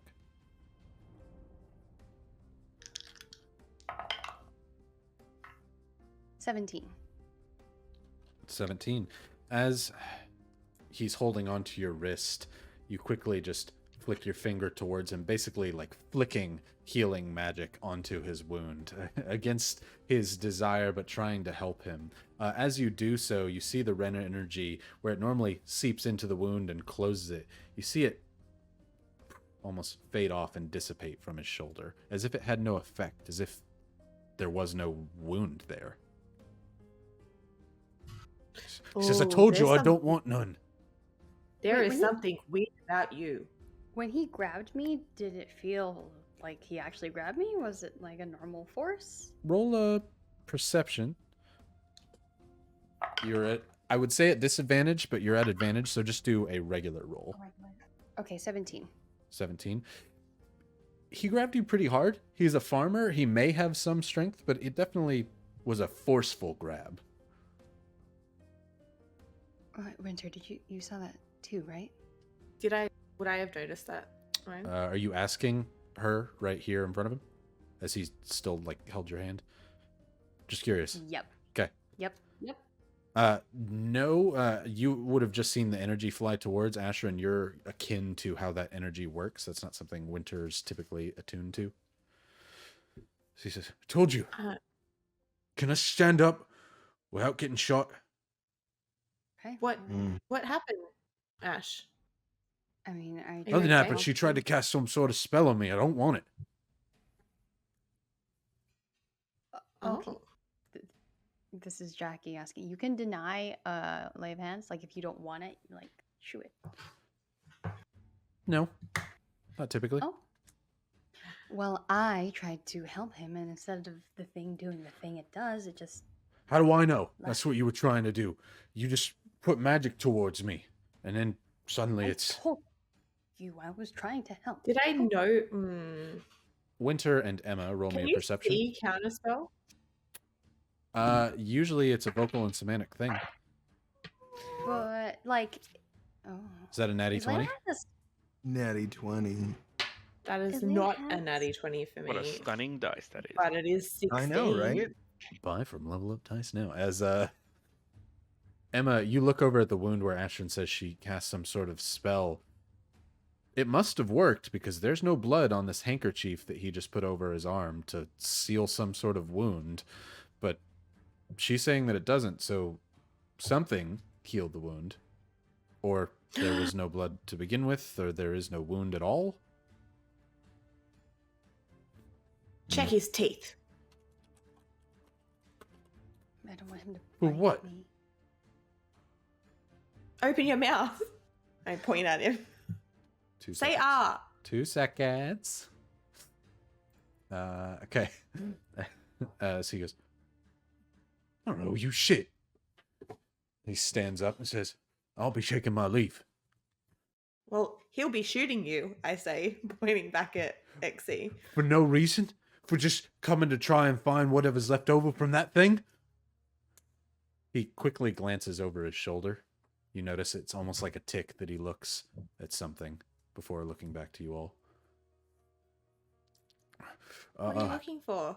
Just, I don't want to be around you all. I think it'd be best if we just parted ways, so let me leave.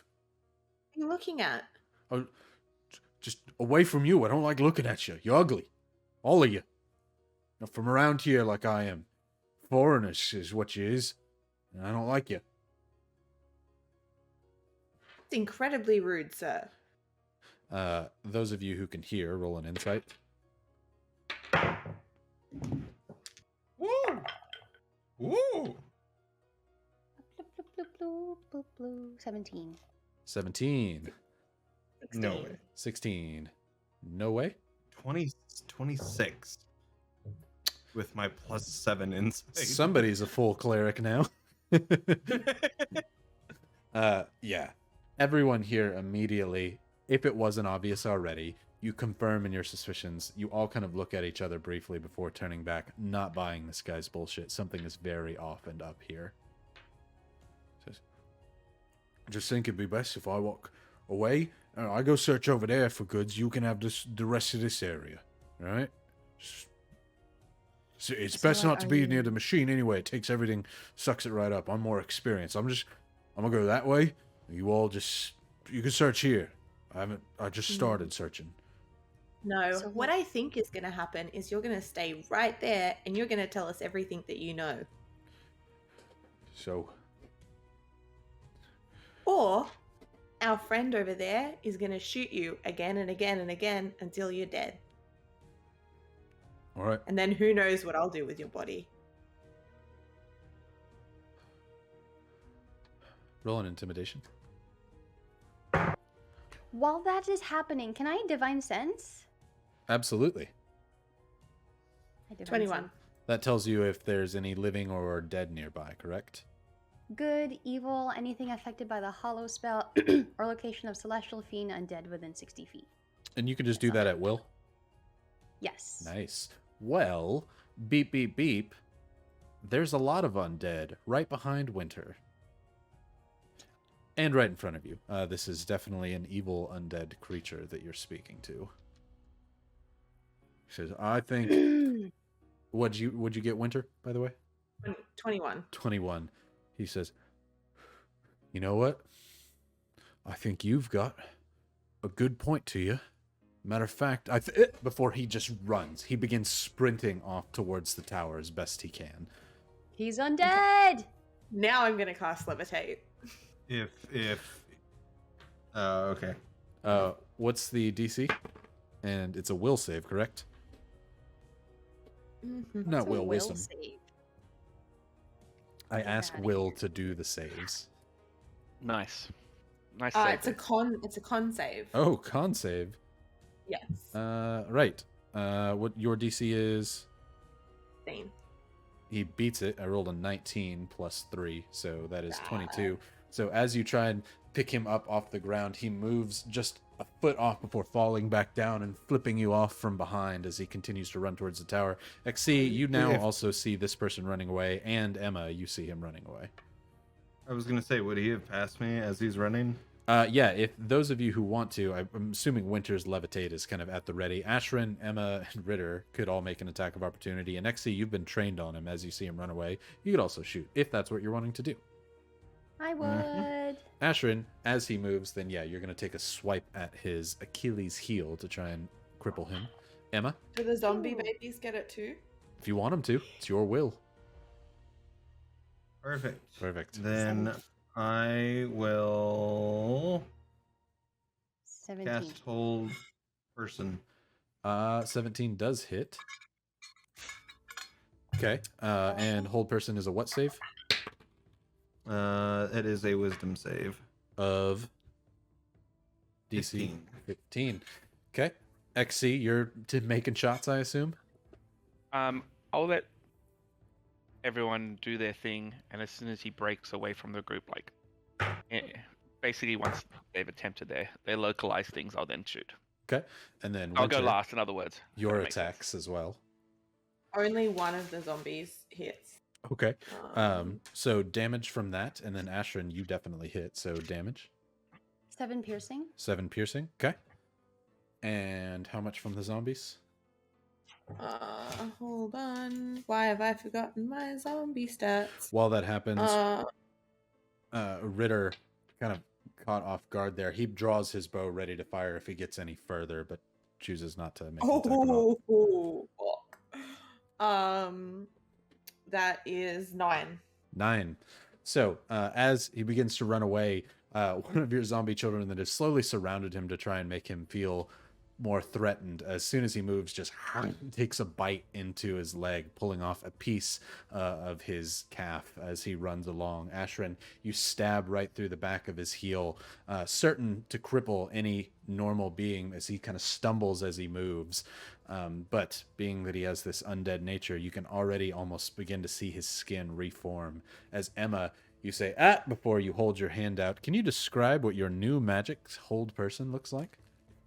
Yeah, she just since she's holding both the shield and the sickle, she just takes the sickle and points it towards, and as she does, the purple flame inside her chest wreaths down her arm into the sickle and just shoots out from the sickle into like almost a grasping like energy.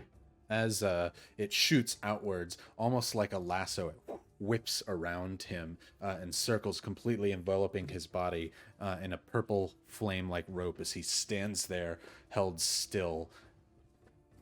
Cut from Ashrin's rapier and bitten from the zombie child. You all notice his legs that have been hurt as he stands there slowly seem to regenerate themselves. As XC, you see him begin to run off in the distance before being enveloped in a purple flame. Ritter says, All right. Shoot. Asking, I will. Let's get closer. It looks like he has been contained. Ritter's up there with them, so he's more like asking them, like, do you want me to shoot? XC, you're just in the back and see this. It's up to you if you want to shoot him. I'm about 100 yards away. Yeah, no, I'm going to stand up and start making my way closer to the team. Okay. Ashrin, you said yes, correct? Think he lets an arrow fly. Okay. As he shoots into this man, you can see the arrow stick out of the back of his shoulder. And when he does so, the arrow seems to pull out a blue spectral form of this man. What you see before you, covered in oil and dirt and the stink of ages of death, is completely lost to the man you see next to him. Happy, once carefree man. His hair no longer looking balding and sad. I would know. Balding and sad. Instead looks happy. Looks like a man who works the yard and is proud of it. Is very happy to till the soil and create life that stands next to this undead version of himself. Could be in a Pantene ad. Maybe it's Maybelline, except with no hair. As he shoots one arrow into it and pulls up another arrow as if ready to fire again. And says, "Stop! Stop! What have you done to me?" Before the soul seems to slam back into his body there. He says, "What? You let me go. No harm to you." Emma's gonna walk up and just place the sickle in front of his throat. Just hold it there. "I never hurt you, just let me go." You can see him struggling against his restraints as XC joins the group. Oh, roughly, I'll be about 60 foot away. Okay. Are you? What are you? Show me your teeth. He hisses at you angrily, and you see two small fangs. Not quite as large as Ignis's. He appears to be like the creatures that Ignis controlled before, a spawn of his. I was right. None of your business. Just let me go. We're just making clouds here. Are And do there you know more why like you're you? making- What Ashton say? Oh, and do you know why you're making clouds? So that we can live same as you out here without worrying about the sun. I don't see no crime in that. Winter, I think you were going to say something, sorry?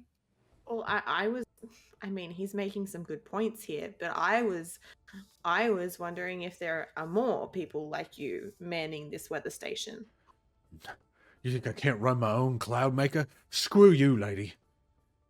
I'm gonna take that as a no. Can I insight that? Yeah, absolutely. It was muted, but I saw Brie go, shit. 8. 8. You mostly are focused on the fact that you don't want him to be alive anymore. Mm.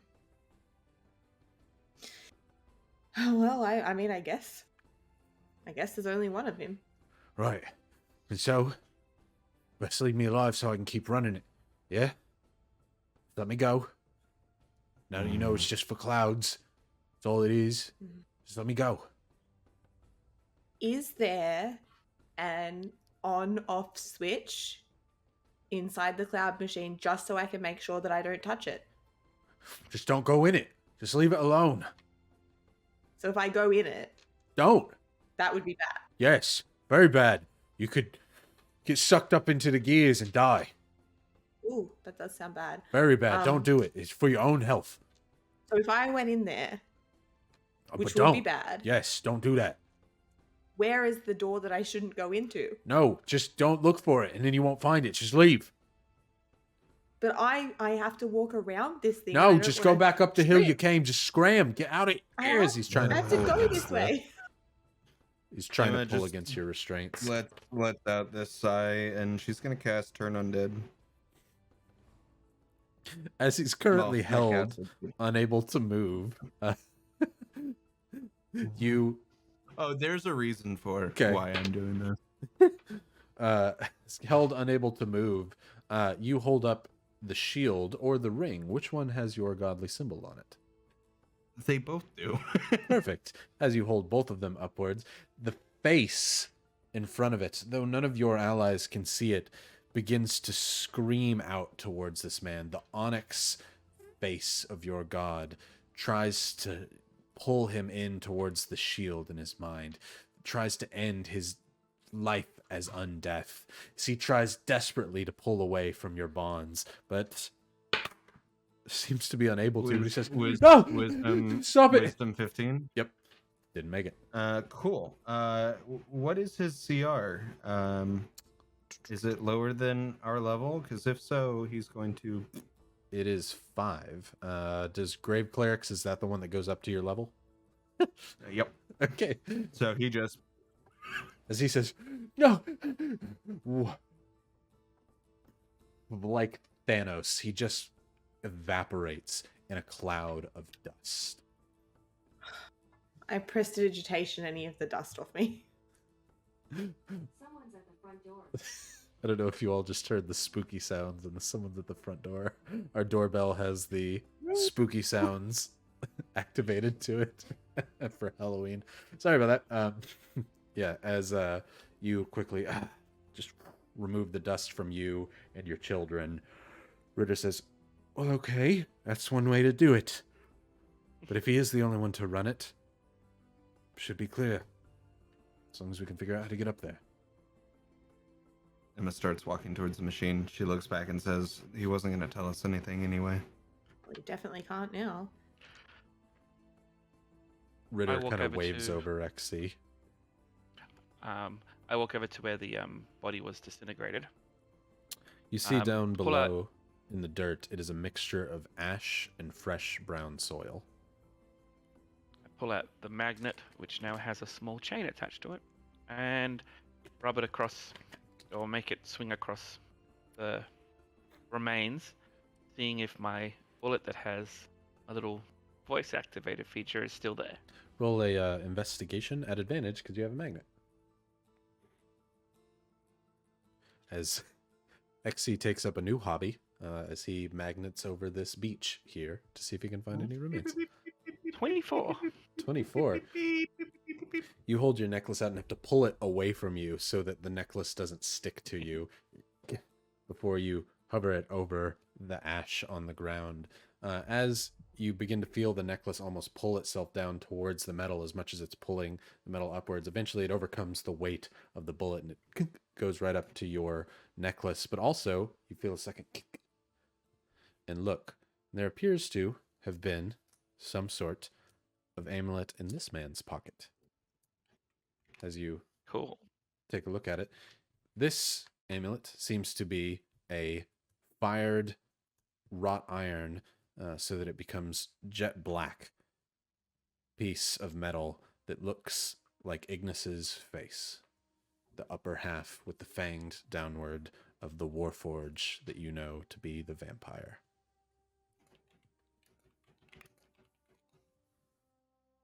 I hand it over to Emma. Would you like to take a closer look? And then I place the expent bullet in a little section that's ammunition to be repaired.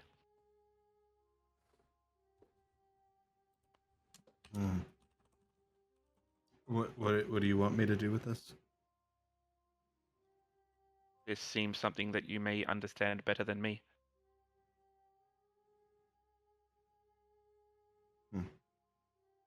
Just looking at the amulet. Does there look to be anything arcane or religious about it? Roll an Arcana check for me.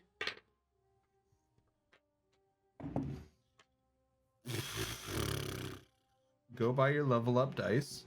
Because that's 18, 19, 20, 21, 22, 23. 23. You comb over this amulet. It appears to have been, obviously, made in Ignis's image, though it doesn't appear to have the metallic structure to hold any sort of magic. It seems to be a religious symbol, as if a new religion or cult is being created around the metal vampire. I see it looks like another cult we need to squash. With I that, will add it to my metal pile to be melted down. with that, throw the amulet back.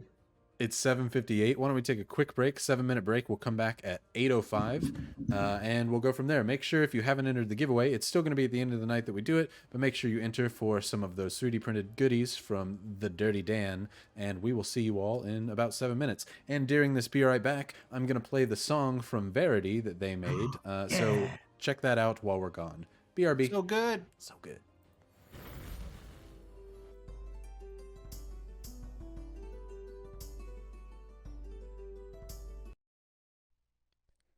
My family is strange, but I guess so am I. Still, I never would change them, and I'll tell you why. We'd fight for each other till the day that we die, though we often fight amongst ourselves. My best friend Ashrin's the sister of my heart, and I know that from her I'd not willingly part. We've been in this together since our journey's start, and I hope that's the way it will end. Our dear dad Ordell is no longer the same, ever since he was given new life by the flame. Now he's younger and smaller and has a new name, but we still love him just as he is. My family is strange, but I guess so am I. Still, I never would change them, and I'll tell you why. We'd fight for each other till the day that we die, though we often fight amongst ourselves. The Madbone Queen Emma's the life of this crew, and without her I'm not certain what we would do. Whether healing or scheming or making a stew, she keeps all of us on our toes. I don't know a lot of our warforged XC, for they came from an era that I'll never see, and though I'm sure that sometimes they might long to be, they're no longer rusting alone. My family is strange, but I guess so am I. Still, I never would change them, and I'll tell you why. We'd fight for each other till the day that we die, though we often fight amongst ourselves. We picked up some strays as we travel the land, but they make good additions to our little band. And even though Ritter shot off part of my hand, we claim him and Elijah as ours. In years spent daydreaming of books that I read, the thought I'd meet this group never popped in my head. But I love every member, alive and undead, and I hope that they all feel the same. My family is strange, but I guess so am I. Still, I never would change them, and I'll tell you why. We'd fight for each other till the day that we die, though we often fight amongst ourselves. Welcome back, everybody. We are here, except for Jackie. She will be back momentarily, I am sure. But we're just going to continue right off where we left. But I do want to mention one more time, well, inspo for Drew, because of course he needs some. Hold on, inspo for Jackie. I was going to say, Jackie's bringing her dog in for the inspo. That's the closest thing I've got to a pet right now. Me too. Inspo. No, I don't get one. He doesn't get one. He can at least pull in kids sometimes. Inspo to the Jackie. We already commented on how you have to pull in your inspo after each break. Fantastic. Inspo to Drew, inspo to Jackie, but we're going to continue right where we left off after I show one more time. If you haven't entered the giveaway, please do, because all of these minis, several of each of them, will go to one winner of the giveaway from Dirty Dan, the push-up man, as they are kind enough to supply us with some of these 3D printed minis to give to you all. So they're going to ship it out to one winner, multiple of these awesome pieces. So thank you, Dirty Dan, and thank you for watching. So make sure you stick around for the end of that giveaway at the end of the night. But you just Thanos the man, undead, vampire spawn, whatever you want to call it. He has been Thanos, and now you all sit out in the field in front of the great floating cloud maker. It's maybe about a mile off with a really loud, deep humming vibration coming from it as it sucks up the earth from nearby. What are you all doing? Well, I mean, onwards, right? We'll have to figure out some way up, but we can figure that out as we go. Where's the door? Is there a door, or are we meant to fly up to the top? I don't see one from here. When we get closer, we can see one. But Well, all I Emma's see is running the to great right. thing going upwards. I guess let's investigate. You're right, he was running towards it. So there must be something. As the rest of the group continues to walk over towards the great machine. Takes you a bit, as you're not terribly speedy to get over there. You want to approach it with caution, and if anything were to come out of it, or you're able to find some sort of entrance to it, you want to be able to do that. And so you approach slowly and with caution as this thing moves across the plains.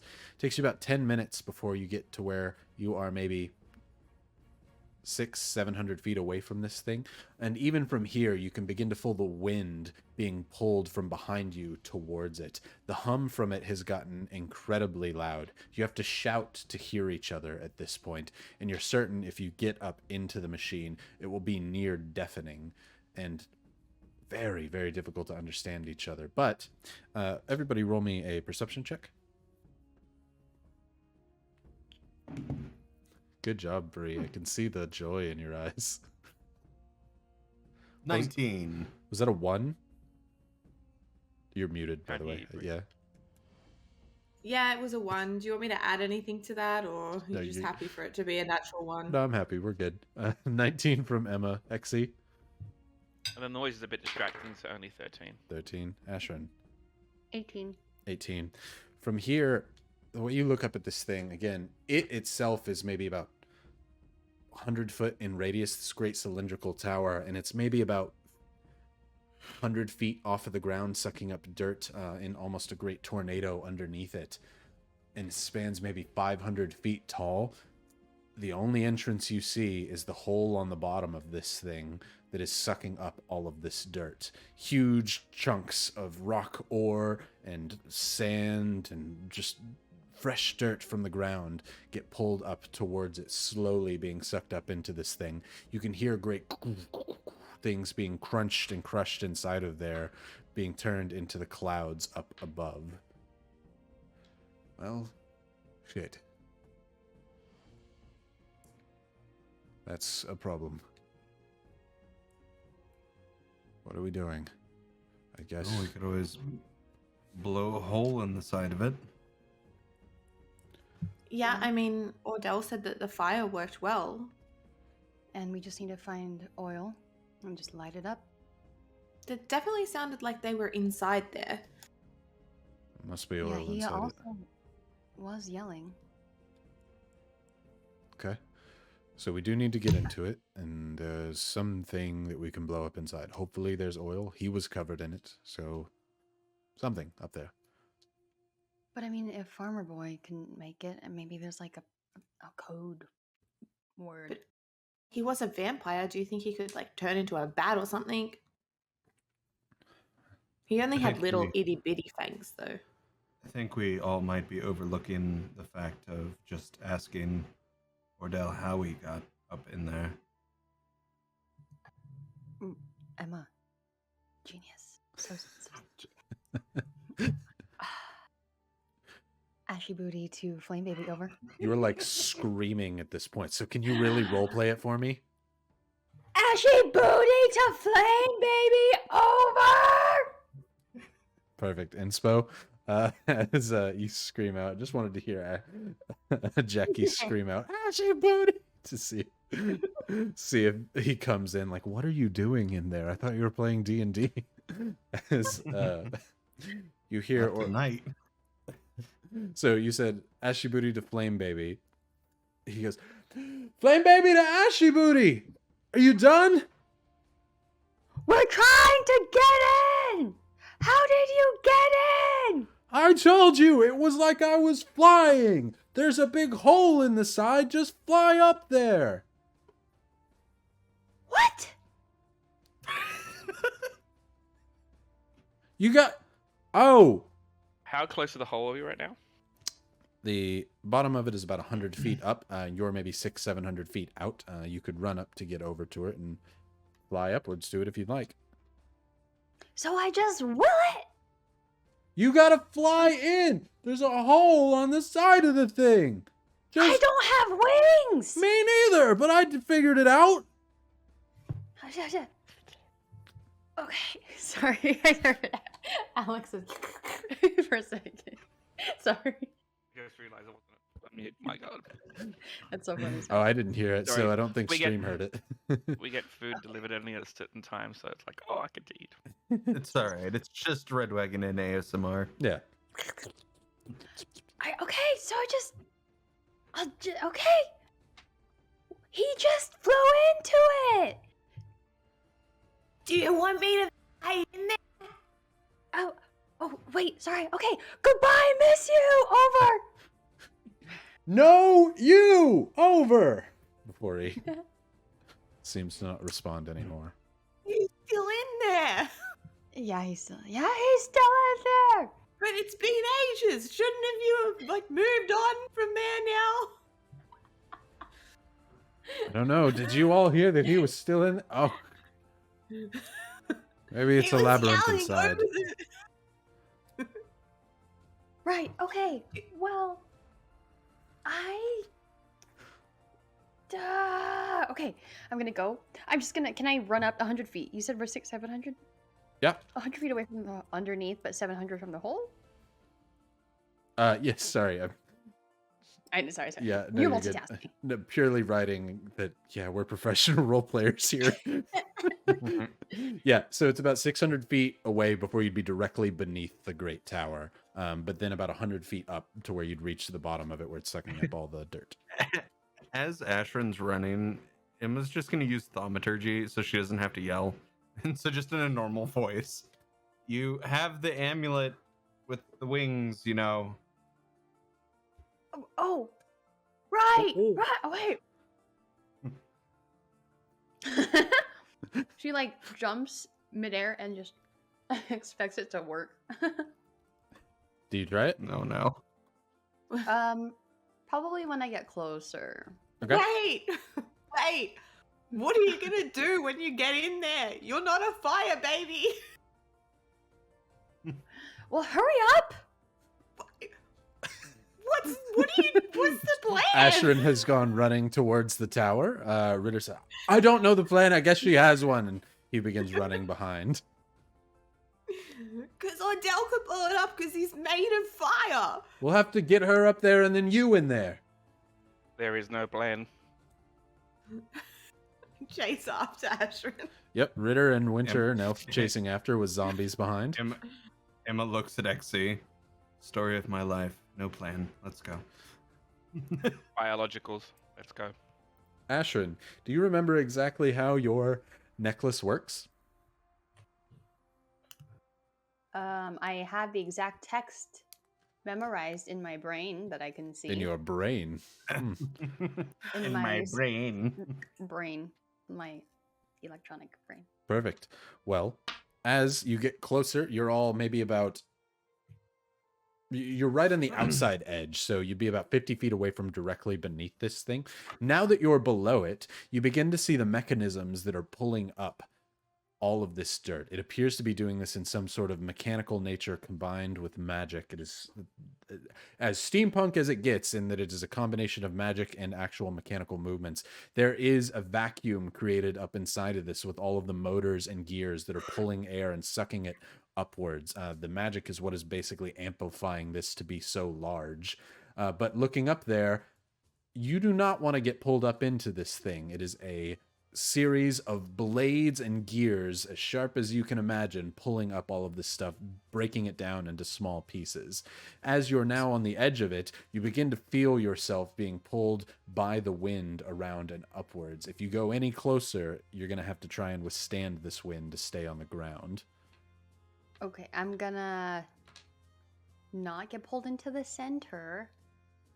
I'm just gonna lower my center of gravity and wait for everyone to catch up. Okay.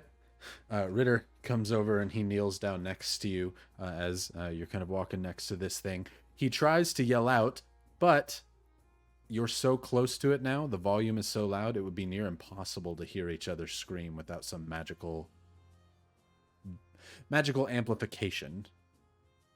Okay. As he...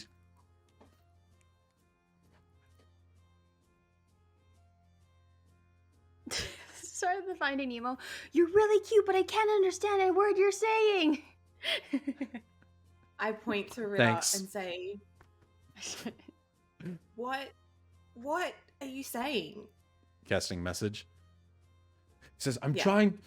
He like screams in your head for a second before he's like, I'm trying to figure out what our plan is to get us up there. Oh, good point. What's our plan?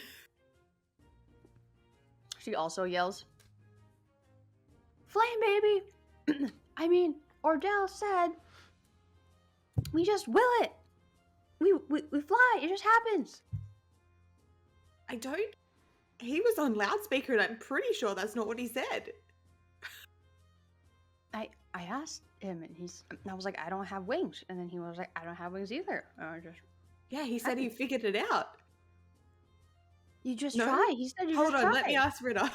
Ritter, did Flame Baby just want to fly and then flew? I don't know, I Is that wasn't the- there. He said he figured it out. Yeah. Okay, let me ask Emma. Emma, did Flame Baby just decide to fly and then could fly? Is that how he got up into the tube? I wasn't paying attention. Okay, let me ask XE. XE, did Flame Baby just want to get up into the tube and then somehow willed himself to fly? Is that the interpretation you got? Friend or foe? Friend or foe? Oh God, I'll come back to you. Okay, Ashrin, just what if you do manage to will yourself into flight? What's the next step of the plan when you're in the tube? Wait. Okay, Jackie asking. There's a hole, right? Is there a separate? Okay, sorry. Maybe I'm misunderstanding the hole. Is there the squid hole on the side, like the octopus mouth, or is there a hole on the side of this machine? So on the bottom of it, picture this like a giant moving gun barrel, right? Where you're staring into the barrel and it's sucking up large chunks of boulders and things beneath your feet. He said, there's a hole in the side of it. You haven't seen a hole on the side of it.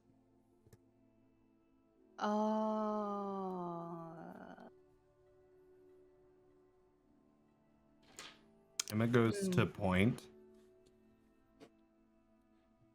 and she's talking, but nothing's coming through because she realizes she doesn't have that power anymore. I point back at Emma and Ritter. say, help? Do you need some help? I'm really confused as to what's happening. So That's am all. I. Do you have any questions that you would like me to pass through? Think of me as a medium. I am your connection to the other side. And the other side is Ashrin. We've only seen one side of this machine. Have we not looked on the other side of this machine?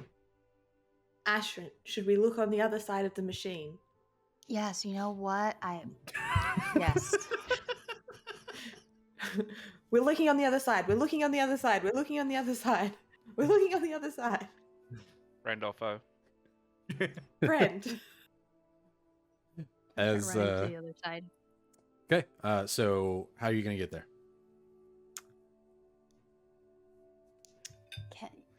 You know when you just like run around a tornado? Yeah, for sure. Because It's everybody like a does. long Yeah. way around. Of course. Yeah, I live in it's not a long Tornado way Alley. I around. know. Just around a tornado. Yeah. Wait. You don't generally way. come back from when you start going around a tornado, but you know. Counterclockwise. Oh, Last yeah, you season got to in run the opposite way. California. Yeah. So just the long way around. So I'm imagining here's the thing. We're like over here, and we're like, we're about to get sucked in. So we're just gonna take the long way around. Okay, gonna take a very scenic route to not be anywhere near the We're taking The escape suck. velocity. correct. Mhm. Yes. Okay, Don't not gonna get run sucked. right through. No. Just making sure. As if you did say we run to the other side, that was gonna be a problem. So you all slowly start making your way around. This thing, you can't see it. It's almost imperceptibly slow. But as you're running around it, you notice that it is moving slightly, maybe a few feet every second, slowly going around this giant funneled quarry that it's created, picking up large rocks and large boulders. Every now and again, you can feel the ground kind of shake beneath your feet as a large stone is dislodged from the very center of where this vacuum is pulling it upwards, when you hear a big crash upwards inside of the thing before you kind of shake your head and move around to the other side of it. It's not terribly long before you do see a small platform, maybe about 5 foot by 5 foot on the ground. And from the angle that you're at, you can see what appears to be the side of an opening on this platform, on the side of this great tower. It's maybe about 200 feet up from where you're at, so it's on the lower fourth of this tower. Okay, that looks like the actual hole they were referencing. Good idea checking the other side. Okay, Just now thumbs this up. time, again, if you work out how to fly by just willing it up to that platform, what are you going to do when you get in the platform? Wait for you guys. So do we also try and will to fly? Yeah, I'll jump at the same time. Okay. I communicate that to everyone. Ashton Right. thinks that we should just stand together and think about flying and then jump. That sounds really dumb, but it'll probably work. I mean, I hold my hands out to hold everyone's hand. Then I think about flying. Do you tell everybody this plan?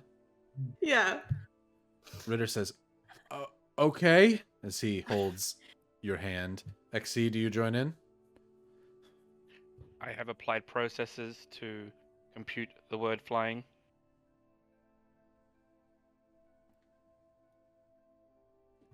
You hold our hand now.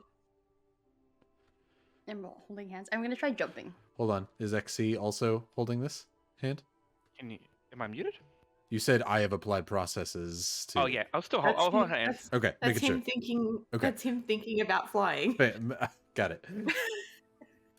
Over my dumb head. As you Yes, I am all, thinking about flying. as well as all the zombie children, hold I hands here on the edge of believe I this can ring. fly. You all think about it, and then do you all jump at the same time? We try to. Okay. What I need to I find hold up out... my fingers and I go 1, 2, but then I don't have the third one, so. As you all, does everybody agree to try and jump in sync? Bye, bye, bye. Sure. Perfect. Let's What- get sucked up into the center. What I need to figure out is which of you is the lightest, which is probably going to be Emma or the children. Winter. It's absolutely probably Emma. I think an Not- adult not skeleton my is lighter skeleton. than a zombie child. Yep. Right. So, Here, I'll put it this way: without her clothes, she weighs 33 pounds. With her clothes, probably clothes and armor, probably 45. okay, roll me a percentile at disadvantage. Oh no. No, Max weighs 45 pounds, and he has all his flesh. And all his fingers. We're pretty sure. Alright. So that's a 10. He only ever shows up as the top half of a ghost on camera, though. That's true. And that's an 84. So It was- a 10 and an 84. Good. Well, I rolled an 80, and your 10 is lower than that. So as you all jump up, who was holding Emma's hand? Her right hand and her left hand. Sure, I'll hold one of the hands. Okay, XC's holding feel like- one. I feel like I was holding Ritter and Ashrin's hand. Okay.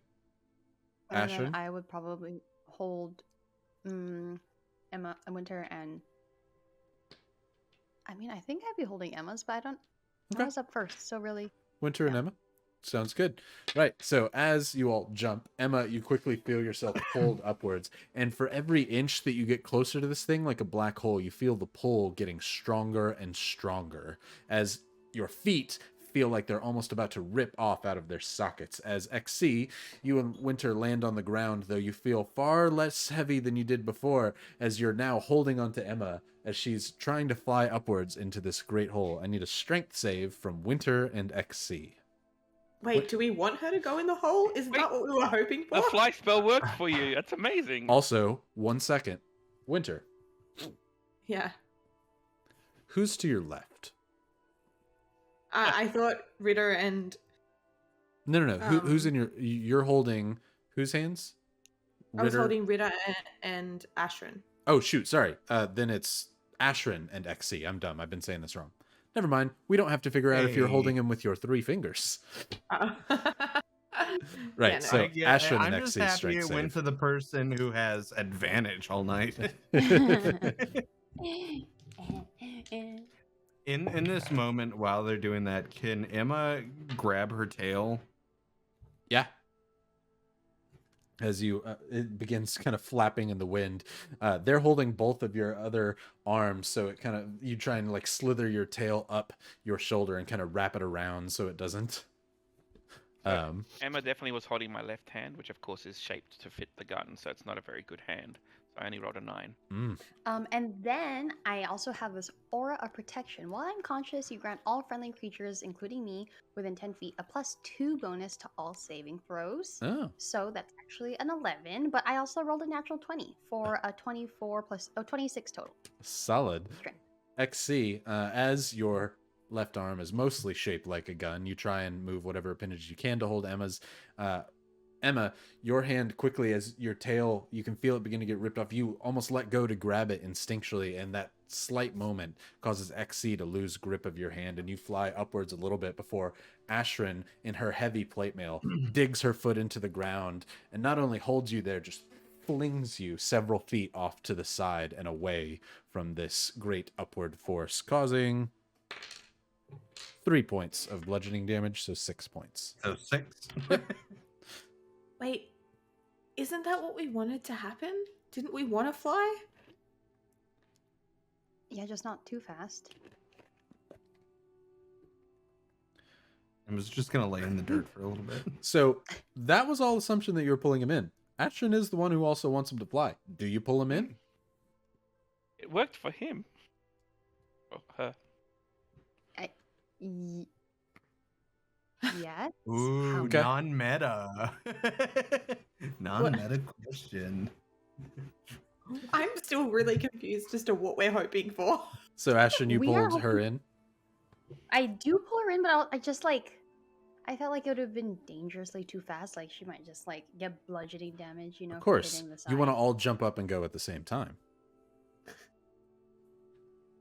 That's what, right? That's what you're wanting? The look of confusion is priceless. Because didn't that work? Isn't that what we were hoping Exactly. would happen? One of us got to fly. Is it because it's not you, Ashrin, that you feel like, you're jealous now of Emma? Yes, Who's totally. laying face down in the dirt?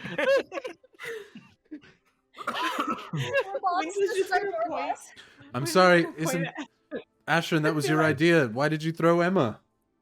What's happening? I didn't throw it. As you have to communicate that back and forth between everybody, Winter, in this really loud environment.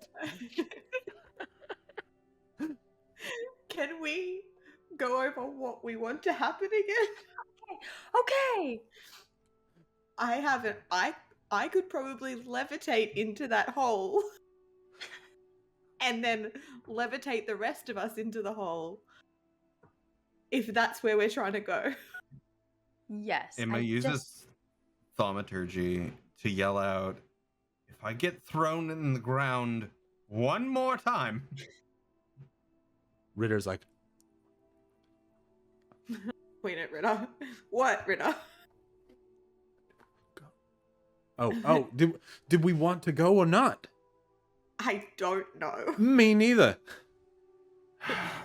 That Just seems let dangerous, me- but Just let me go.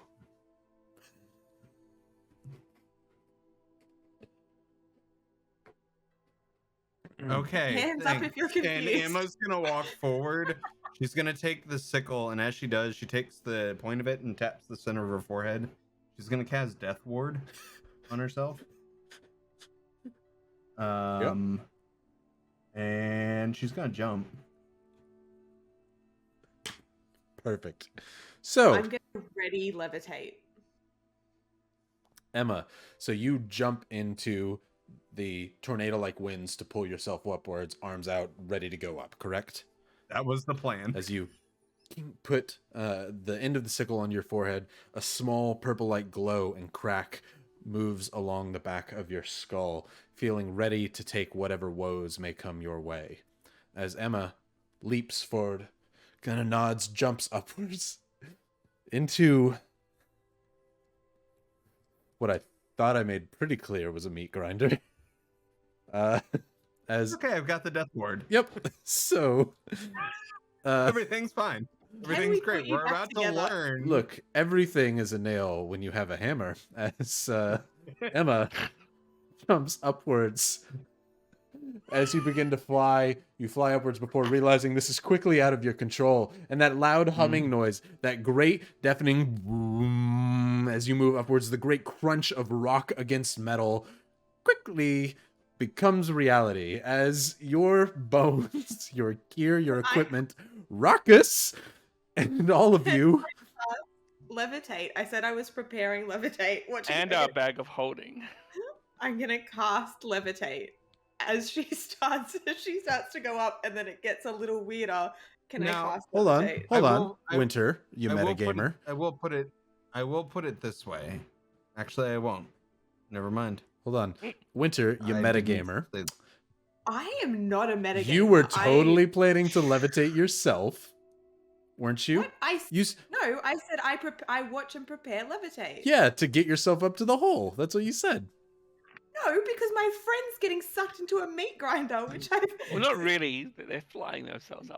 I I've have got a I Death not Ward, expressed how guys. sus We're I was on this fine. idea from the start? I've got a death ward. We're good. I promise that I am not metagaming. I was Ooh, 100% I heard trying to so make that I can sure. fly up to the hole. But I think Chat, regardless it's a moot. have me.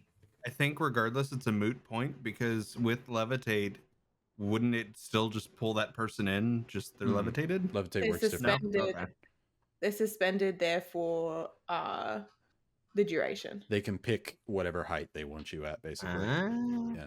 So I, hand on heart, I'm all for having crazy consequences occur, but I hand on heart, my intention was to stop her getting sucked up into the vacuum. okay. Well, so what happens is Emma flies up about 60 feet. Emma, you see everything up and above you. Your plan's still to go upwards. You don't have any desire not What's to. the plan? Before Winter, you lock Emma in place as she still stands there, arms out. Emma, you can hear absolutely nothing. However, you are still being held into place as essentially an asteroid field is flying upwards in your direction. So Winter, if you want to get Emma out of there unscathed, you should do it very quickly. Can I also ask her if she's okay? I think you can do that. Levitate's just concentration. 'cause Message isn't correct. Message isn't concentration. Okay, yeah. Are you okay? It looks bad. I was just doing the plan.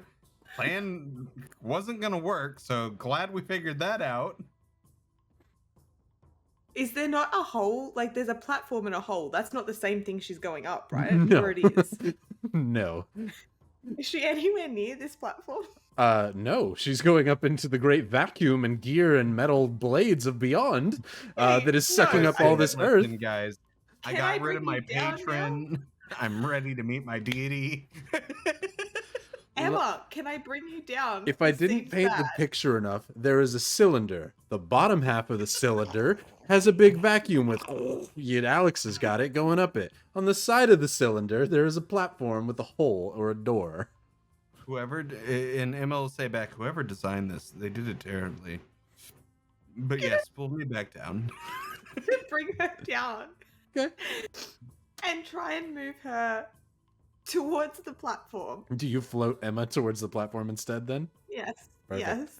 Emma? Now, this whole time, I will say Emma has Ruckus's safety in mind and would be holding Ruckus, at least with one hand. Safety in mind, you jumped up with rockets into a meat grinder. I was following the plan! You all made the plan, I carried it out! As you float upwards, you get towards the center because that's where the wind pulls you. Winter slowly moves you out to the side. That is going to be one round of shit flying at you. So give me a second here. I've got a death ward, baby! Let's go! It's only going to take one hit to kill me. That is 14 points of bludgeoning damage that fly up and hit you as large boulders pelt your bones and your body. That's as doubled you already, roll right? it. Yeah, no, that's not doubled. Oh. So it's 28 total. Good thing I'm a full cleric. More health. No more health. Same exact health, actually.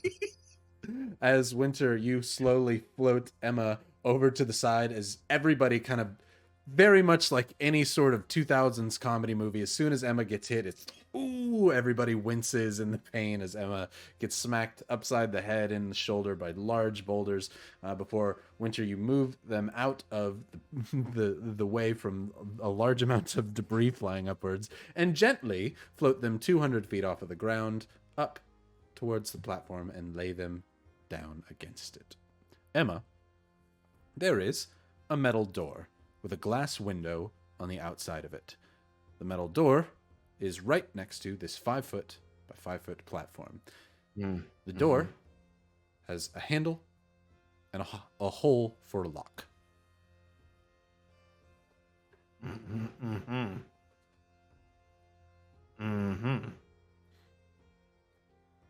I just look down at them, look at the lock, I shrug.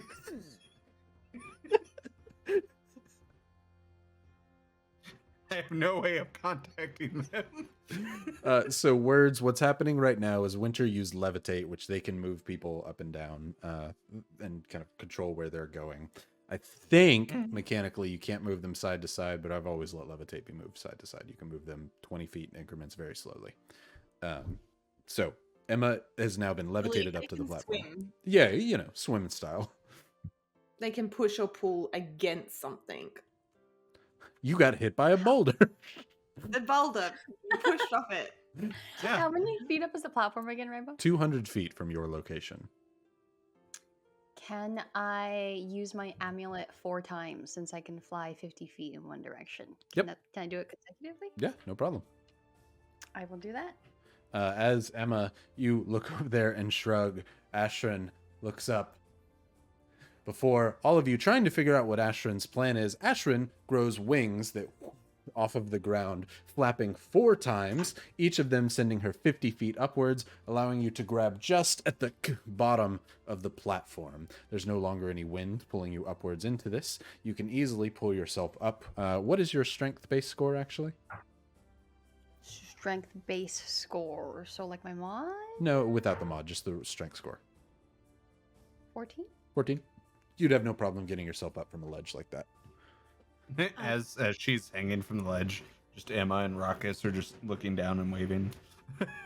You all look up to see Ashrin, Emma, and Raucus from the side. There's not much room here to fit many more people on this platform. I'm gonna point up and say, do you want us to come up now? To Ashrin. How many more people can it fit, Rainbow? Maybe 1 or 2. There's only room for like 1 or 2 more. Can't you just open the door? Emma, did you not try opening the door? Oh, I try opening the door. As the door swings open, there's a party inside saying, "You finally made it." No, you try and open the door, but it turns. It is a turnable handle, but without the lock, it doesn't allow you to open it. It is very much a deadbolt lock. It's locked. And if Ashrin and I were trying to communicate, we wouldn't be able to hear each other without magic, right? Yeah, you'd have to do thaumaturgy or message, but Okay. you don't have that anymore. Thaumaturgy towards Ashrin. It'd have been real nice if I didn't give up my lockpicking tools to Ordell. Sorry. So I can't hear any of this conversation, right? Ashrin, No, is they're it way, locked? way up. Okay. Locked. Okay, I point to XE. XE, friend, it's Winter. I'm in your head. What up? No, You you're can- in front of me. Yeah, but my voice is in your head. Hello. Hello. Could you shoot a lock open with your gun? Affirmative, but I could also use these, and I pull out my lockpicks. Oh, that would help. I'm gonna send you up there now. Okay. The same way that you sent Emma. More direct route. Affirmative. Going underneath first was not very logical. I'm gonna point to Ashrin and say, no, I'm gonna point to Emma and say, hold on to something. I'm gonna let go of you now. I hold on to Ashrin. And then I'm gonna move levitate to XE and send XE up. XC, you suddenly begin floating. It feels weird. You hate it when things are not in your control and you can't kind of move yourself all that well, but you know where it's sending you and it won't take very long. Comment. As XC, you fly upwards. You all see XC kind of slowly floating and spinning around, resisting the... Emma looks to Ashrin with thaumaturgy. Wouldn't it have made more sense for Winter to come up since she can do the fireball? They didn't ask me who to go next. I missed some of my spells. As XC, you eventually are the same height as Emma and Ashrin, right above the platform, as you feel yourself slowly moved over by Winter, Winter can't exactly see where things are on the platform, and so you're moving over towards where Ashrin and Emma are. Ashrin and Emma, roll me a deck save to make sure XC doesn't accidentally knock you off this small platform. You get +2, Emma. I am conscious. Okay, well, +2 is going to be +4, so I can do math. 23. 21. 21, solid. Both of you suck in your gut, except Emma, who doesn't have one, and let XC slowly slide onto the top of the platform. It's just enough to where the three of you, with your gear and material on, can kind of, all right, you hold on and huddle with each other and rotate as a group to get close to the door to have enough room to do things. It is a tight, tight squeeze. Any more than that, somebody's fallen off. XC, you now see what they saw before you, a door with a lock.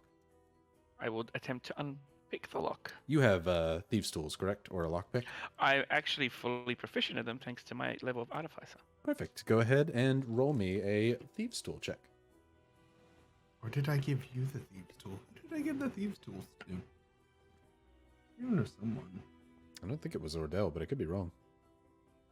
XC, I know, just losing you guys. is good. Oh, hello. Hi. Don't lose us. We miss you. Come on, internet. We have you. You You're can here do it, just fine. internet. All right. Let me have a roll. Do it. Okay, so I don't know what I add to it. Insert. I think it's play of hand. 21. 21. Yeah, so it'd be Dex plus proficiency if you didn't do that. If you're proficient in sleight of hand, it's the same thing. So yeah, 21. XC, out of your forefinger, a small little skeletal key of a lockpicker's tool and a small little turning style from your other finger come out and move into the lock as mechanically they begin going over hundreds of different key combinations in a single second. You're not so much a feel the tension as you don't have fingers or skin to tell the difference. You just try all of the combos. And when you do, eventually you hear a click and the door is able to be opened. Are we going inside? I open the door. As you pull the door, you notice this door opens outwards. It's going to be very difficult for you all to stay on here. Two people may have to hang off the edge for you to be able to open this door easily. I extend my my left arm to Emma. Climb on. Emma's Okay. not very heavy. Roll me a strength or an athletics, XC. That's a good roll. That's a non-natural 20. Hey, solid. Emma's only 45 pounds, as we discussed. So, Emma, you are easily able to sit on the arm of XC and kind of hang on to him for a second. Ashrin, Ashrin, do you wish to lay down? it's very loud. It's hard to get across your thoughts and feelings up here. I grab her with my right arm and attempt to push her head down. Okay. Azure, lay down! With Okay, thaumaturgy. Okay. Okay. As Then I step over and attempt to open the door. So, with Ashrin just laying on the platform, you try and open the door, but it's going to hit her on the side. There's enough room beneath the door for Ashrin's fingers to slide under as it opens, and enough room for you to shimmy by. But there's not enough room for anybody but one person to be on this platform when you open the door. Azure, you gotta get out of the way! What's Ashrin weigh, roughly? Oh, I have armor on. Did you never ask a lady that question? XC, how dare you? But I do have one more. You're a use on paladin, it. you're not a lady. You're Oh, I so can much more. levitate. Are you serious? For one round, you have one charge left of the amulet, correct? I do. Yeah. So, very quickly, Ashrin flaps her wings just for a moment, and they stay there. She kind of gives the hurry up symbol. So, do you open the door? I do. Perfect. Yeah, you open the door. As soon as that happens, Ashton, you fall back down onto the platform, standing there. Your amulet completely spent for the day, but a good use of it. As you're in here, you can hear the wind moving upwards through this pathway. And as you open the door, now being able to see inside, since nobody looked in the window, you see stairs that seem to move upwards in a spiral-like motion here, but by these stairs, in the small part of the kind of entrance of where this door is, there are 3 levers. One of them, the left lever, is aimed downwards, and 2 other levers are aimed upwards. Wrong lever. I pull Emma up so she can get on the platform. And I'm on the then- platform. All 3 of you And stand her? there. Winter, you and Ritter can see a door open from the side as they all now stand on the platform, but you don't see what's inside. So yeah, essentially there is a small, maybe 10 foot by 10 foot room with stairs that lead upwards and out of the way. They're very compact stairs, like you would find in like a submarine or something like, well, submarine would be ladders, but you get what I'm saying. Very like a boat stairs. It's meant to go up quickly and not take up a lot of space. But in here in this small room are the 3 levers. The left one aimed downwards, the middle one and the right one aimed upwards. It's 200 feet up, right? Correct. Yeah. I can't talk to them with message. Whoops. so. I thought it It's was 120. It's 120 feet. Whoops, thought it was 300. You can't talk to them with message anymore.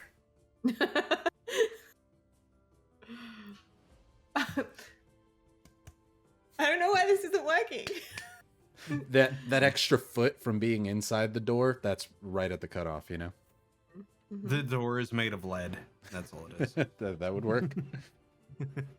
So XC, Emma, Ashrin, it's still quite loud as you have the door open here, but you see these 3 levers before you and stairs that lead upwards.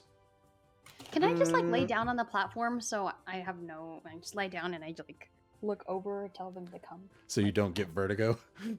Yes. Yeah, absolutely. Jackie is scared of heights. Oh, Love do you? roller coasters, but scared of heights. Heights don't normally do it to Whoa. me, but jumping off anything in Minecraft, it's the one game that is like, whoa, can't watch that. I can do it on any other game. I don't know why Minecraft simulates gravity well, I guess. I rolled on a d4 and I looked at XC. I'm gonna pull the first lever down. So Ashrin, you look over to the side. There are 3 levers. Left one aimed down, Or first one up. I guess. You gonna push it up? That's what I rolled. Okay. Emma, you take the bottom lever and through a great feat of strength, lift it upwards and it locks into place. You suddenly hear large gears slow down and stop. Winter, you and Ritter look upwards before some of the rocks that were moving upwards now begin to fall downwards. There are rocks falling towards you that have come from the sky. Not all of them large, but some of them quite large. I need deck saves from Ritter, Winter, and all of the children. And Oh, Alex is Skellies. gone. Oh, bye, Alex. And I'm Alex. It makes you feel better. Biologicals. Winner. Somebody has to die tonight. What?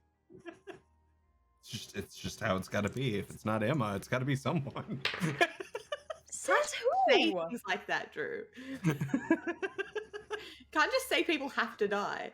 I roll, although if someone is, it's probably going to be me because I just rolled an 8 on my deck save and I get Good. plus nothing because I have no fingers.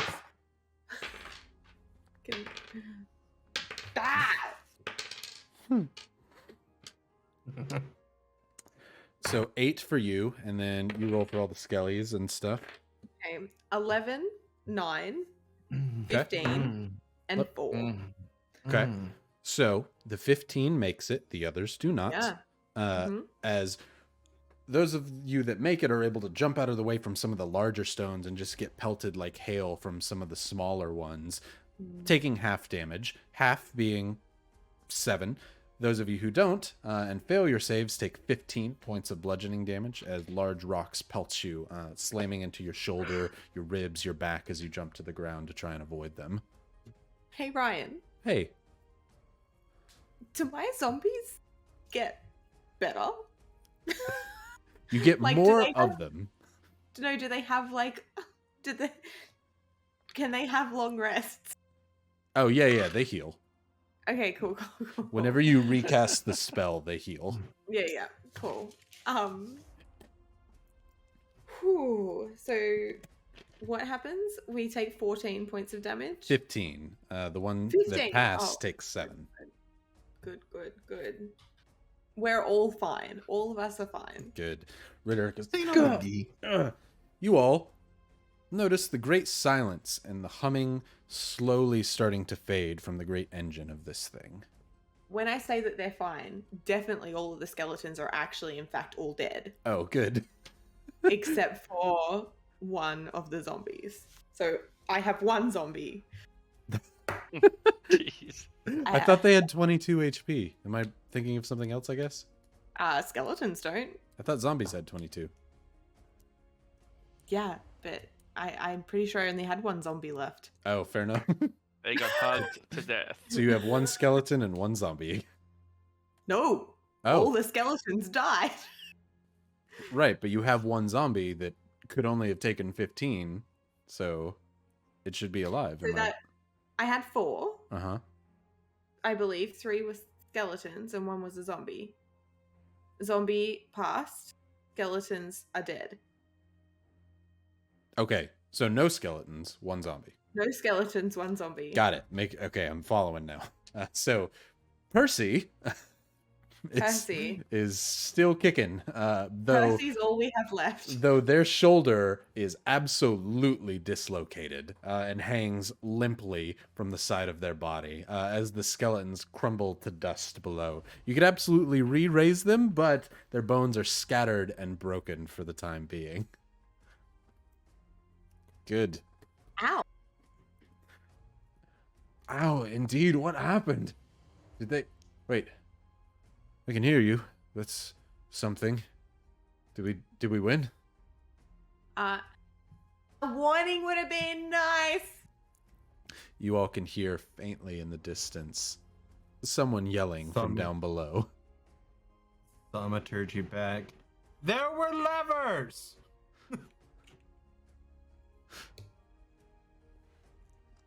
As And it does exactly that.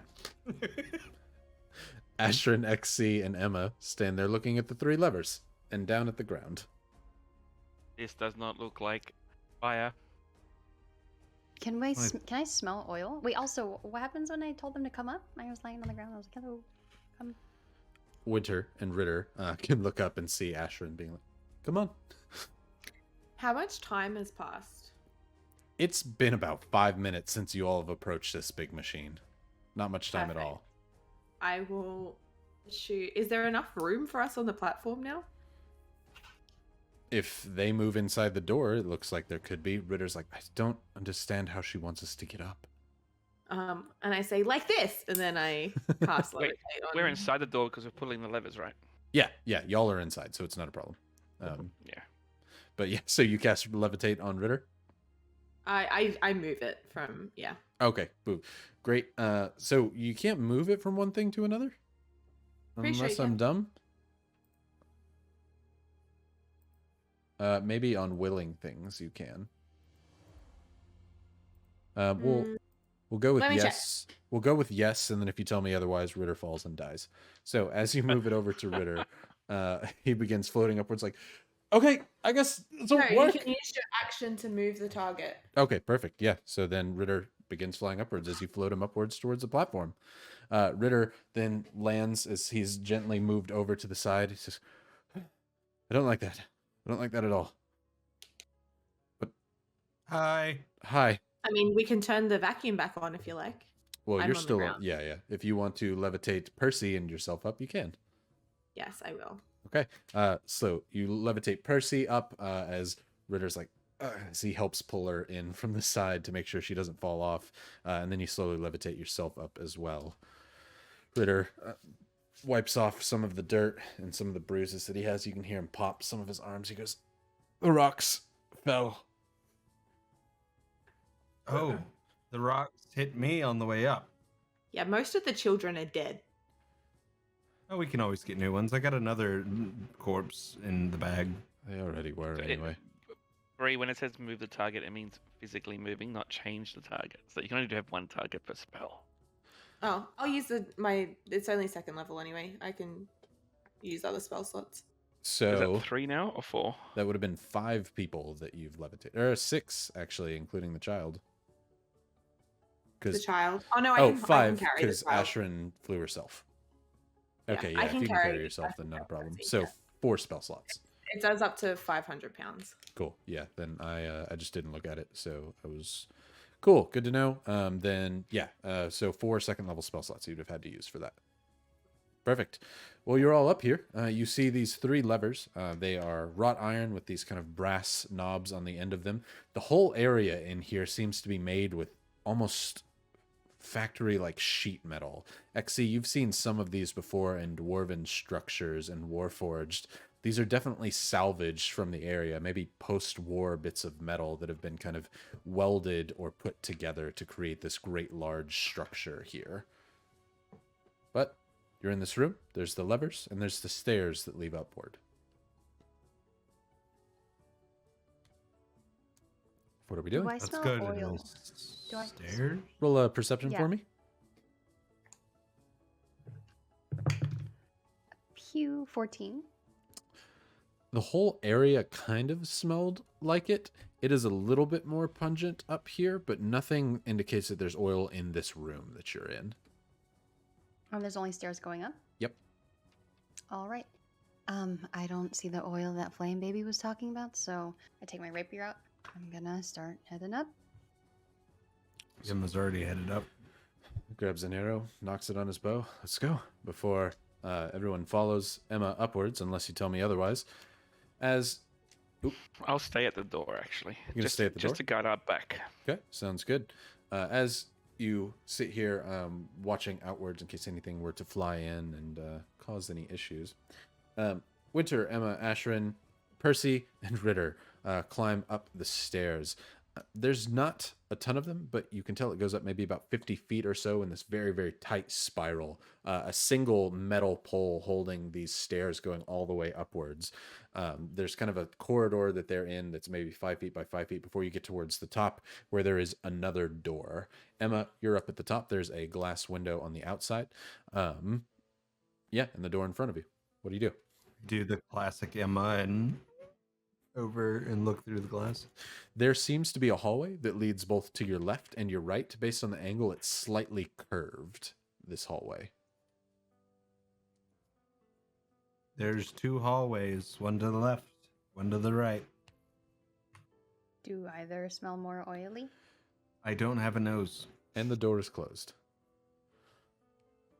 Can I sneak up to it? Yeah, you could finagle your way by Emma if you'd like. Yes. Okay, you gonna open the door? Can I listen first? Yeah, go ahead and roll me a perception one more time as you put your ear to the door. Ooh, both? Oh, no. 14. 19. You hear intermittent hissing. It sounds like steam almost, pressure being released from valves inside of there. But you don't hear much else behind this door. I slowly open it. As you open it upwards, a small light appears above your head. There seems to be lights in this hallway. You can see them start to move outwards from here, creating a small bit of light in this hallway.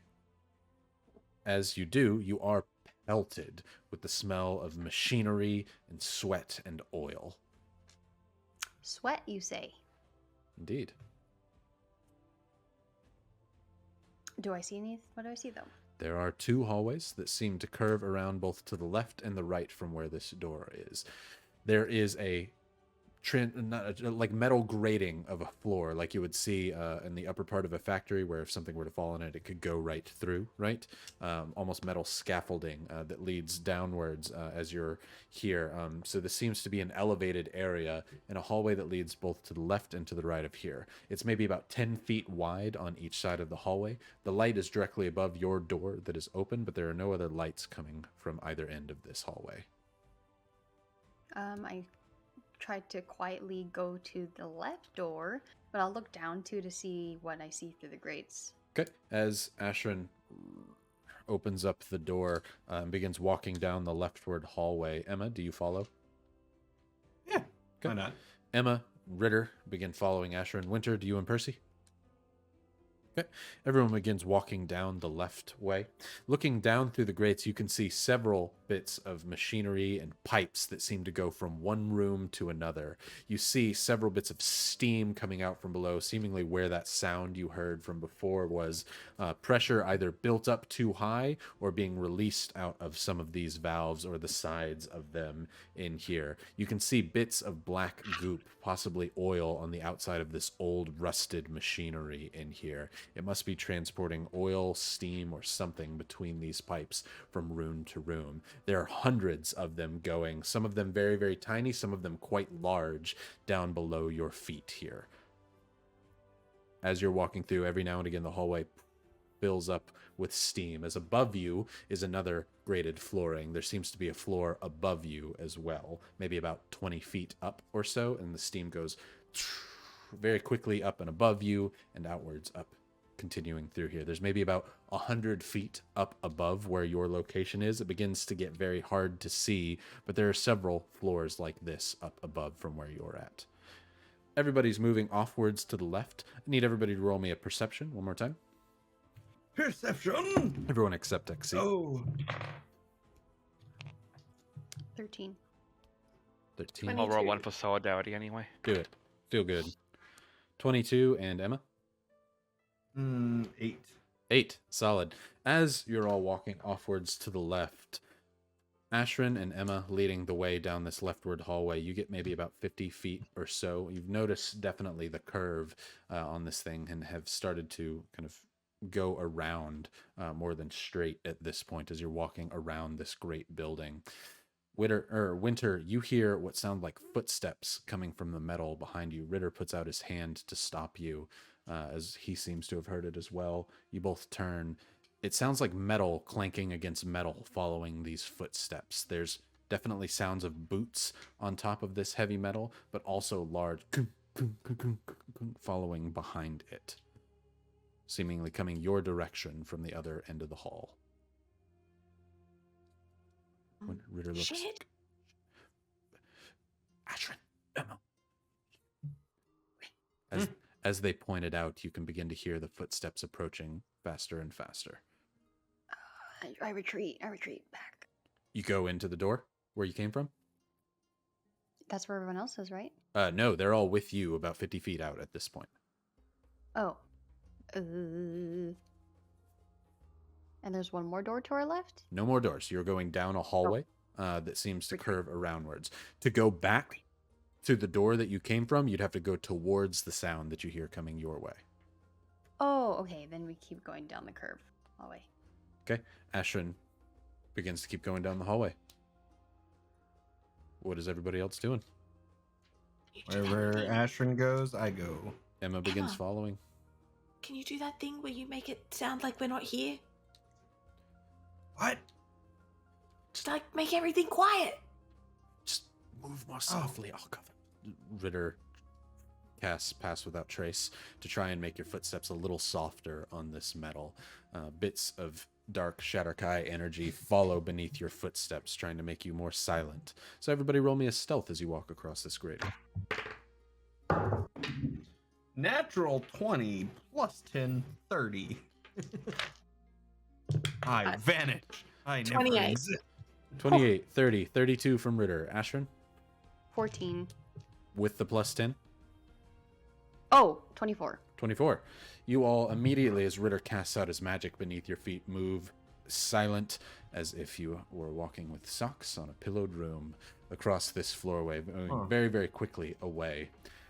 XC. You said this is a graded floor? How It far is. are we from where Oh. XC is? Well, that door was 50 feet away, but now you're all moving away from that, and he was 50 feet downwards. XC, roll me a perception check. I'm going to keep the one I rolled. What'd you get? 26. 26. As you're sitting here watching the door, looking outwards, trying to make sure that nothing is flying in your direction, you look at the skies and see nothing coming towards the door. Do you have it open or closed? That's a very good question. I feel like I would have it closed at the moment, actually. Inside the I can still door, look through or are the- you outside of it? I'll be inside. I can still Okay. see through the glass, right? Yeah, no problem. Yeah. So would you say that there is an inch of common metal between us? Yes. I'm going to try and cast message anyway. Go for it. Roll me a percentile.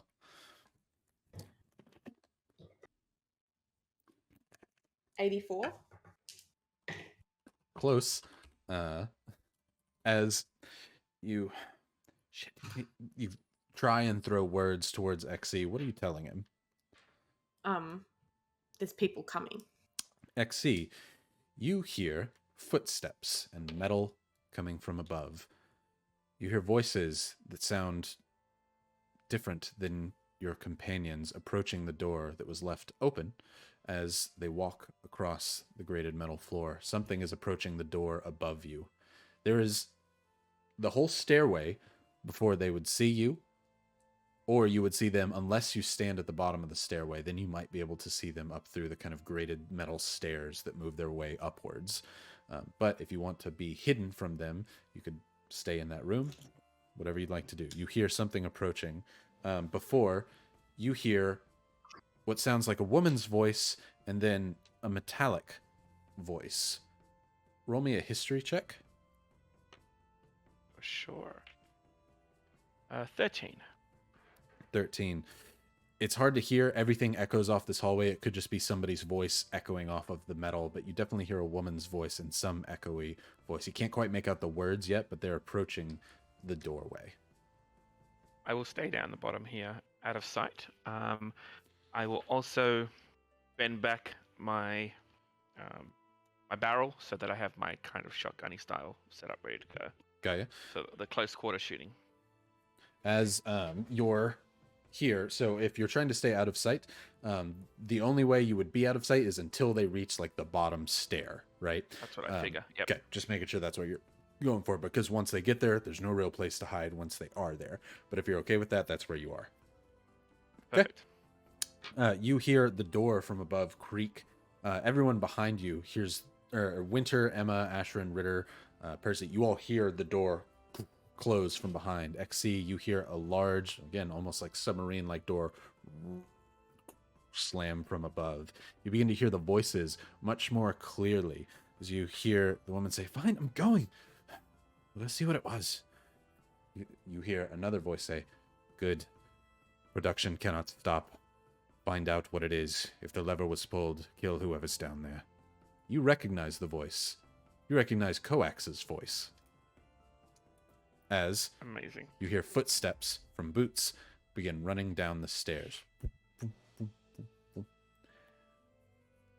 It's not long. Prepare to shoot. Okay. It's not long before you see a woman covered in oil and sweat as she walks downwards. Her hair completely started to mist from the top, her elven ears pointed and sharp like the teeth that she hisses towards you as you, since you already told me you readied it, pull the trigger. So go ahead and unload into this one. Fire at her. Fire at her. Mm-hmm. I will fire. As you As I'm pow about pow to pow fire, with the gun, shooty shoot. was there any sound And that of... was the last episode of Red Wagon Inn. Thanks everybody. It was nice having you. I'm so glad. I'm glad to have What you happens on. when you run a Warforge? So, could I Just only a hear love her machine. footsteps coming down, or could I also hear... You only hear the booted footsteps coming down. Perfect. I will then unload with double grip points. As you do. Oh, fire, shoot, whatever. Done. Oh, yeah. Okay, cool. Not a crit, but nice enough. What'd you get? 26 to hit. Definitely hits. You have a full round, so are you doing both? Most likely, because I don't think the first one will drop her. But let's resolve the first shot. Sounds good. That works for you. All right.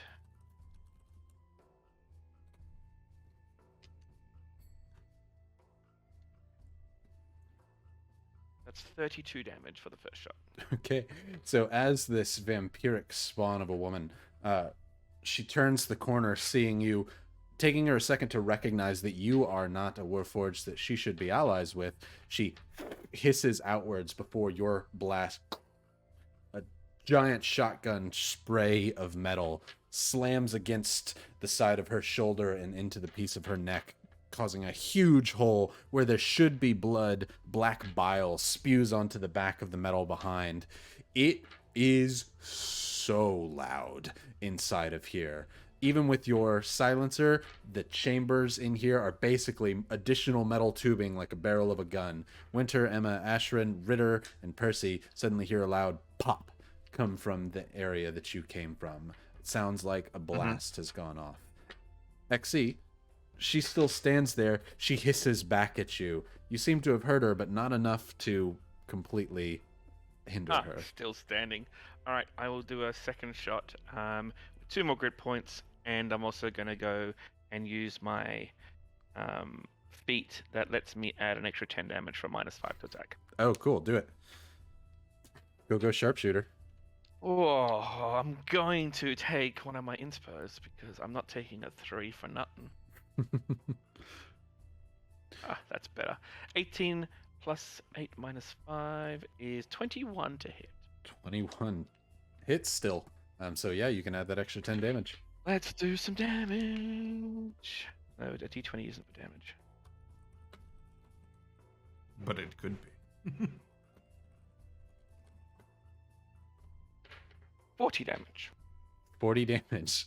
So as this thing, one hit hits it in the side, it hisses back at you.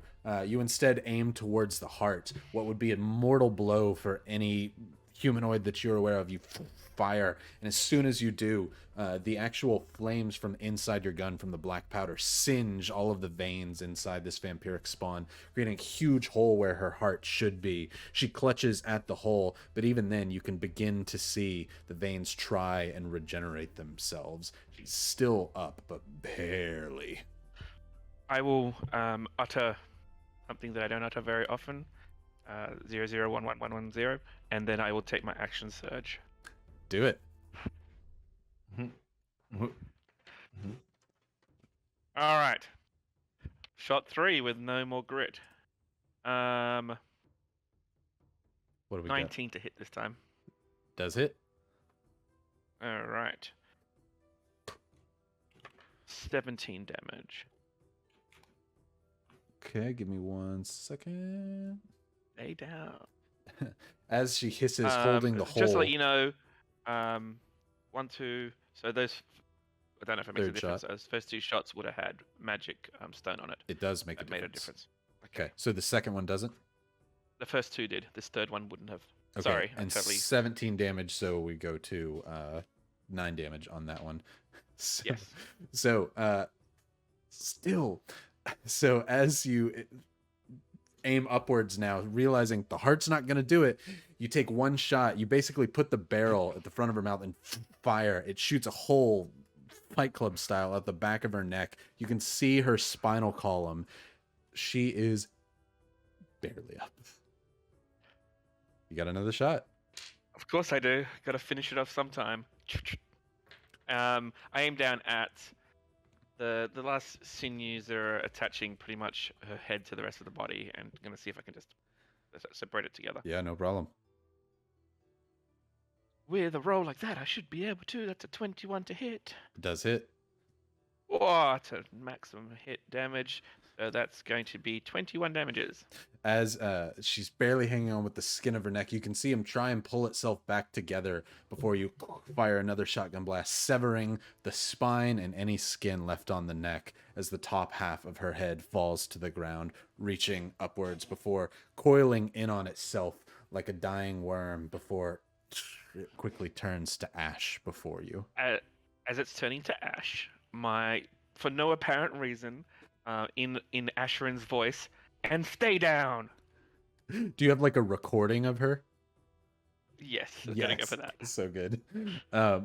So you all hear 4 shots coming from down the hallway that you just came from. As XC, you completely obliterate this vampire spawn with your action surge. You hear an alarming sound, literally pun on the word, as Coax begins to let out an alarm-like screech that very much sounds like a fire alarm going off. I can't possibly mimic it. Everybody knows what a fire alarm sounds like up at the top of the stairs before the door is flung open.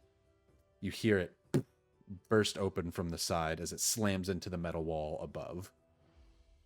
What is everybody doing? Good. Coax goes running offwards down the right hallway. I fling my door open down the bottom as well. The outside one? Yes. Okay. You throw it open. You can hear the wind from the great height above you, though nothing is causing a suction like it was before, just purely from the height and the floatingness of this tower up here. I stand on the edge waiting for Coax to come down the stairs, and then we'll see everyone else what to do. Okay. Everyone above, in XC, you can hear this too, just from the great sound that it makes from the heaviness of a warforged. As the door above is flung open, you can hear the footsteps running offwards and away from your location, XC. All of you hear some metallic thing move offwards away from your position in the hallway. Oh, I misunderstood. I thought it was coming down. Oh, no, it's running away. Then I won't throw the door open. Okay, gotcha. No worries. I mean, still cool, just in case. I was ready to do a really cool escape, but we don't need it. Not yet. What is everybody doing? Are we not running after that thing? Yeah. Should we blow the tower up? I don't Okay. know where that is. Is that noise good or bad? Should we run or run to it? Where's XC? He stayed down at the doorway. Yeah. Shit. As Ritter yells shit, you can hear that alarm-like sound that Coax has made, though you don't know that it's Coax. Something that has run away. You can no longer hear the footsteps that it has gone very, very far away at this point down the hallway as you're trying to figure out what to do. But you can still hear the alarm that it's making in the distance. I think we need to find this oil as quickly as possible and blow this thing up and get the fuck out. Now or never. Okay. Shit.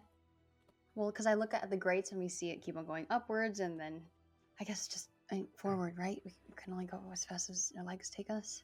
Mm-hmm. Okay. Let's just kill it and get out of here. Okay. We go down the hallway. We go along the curve. Okay. Still following the same leftward path that you were before? Mhm. Yes. Perfect. As you are going downwards, Emma? Emma says there's power in numbers, and you guys have more numbers than XC. And Emma's gonna split and go back to XC. What, like left side and right sides? Yeah, so Emma, you're going back while Winter, Ashrin, and the others are running forward? Towards XC, yeah. Okay. I want to make sure XC's not dead. I hear 4 gunshots. So, Emma, you rush back towards where they came from. Winter, Ashrin, Percy, and Ritter are there. You see Emma running down that metal-grated hallway that you came from. You just letting Emma go and continuing to push forward? Yeah. Okay, Okay. be safe. She'll look back. I can't do anything with fire. You go. Do it. Let's just go quick. Come. As Ritter follows along with you all as you run forward. Emma, you get to the top where that door was. The lights are still on and above as the door is open. It is flung wide open. There's the stairway from down below, or is the hallway to the right? You hear that alarm coming off to the right from that hallway. What are you doing?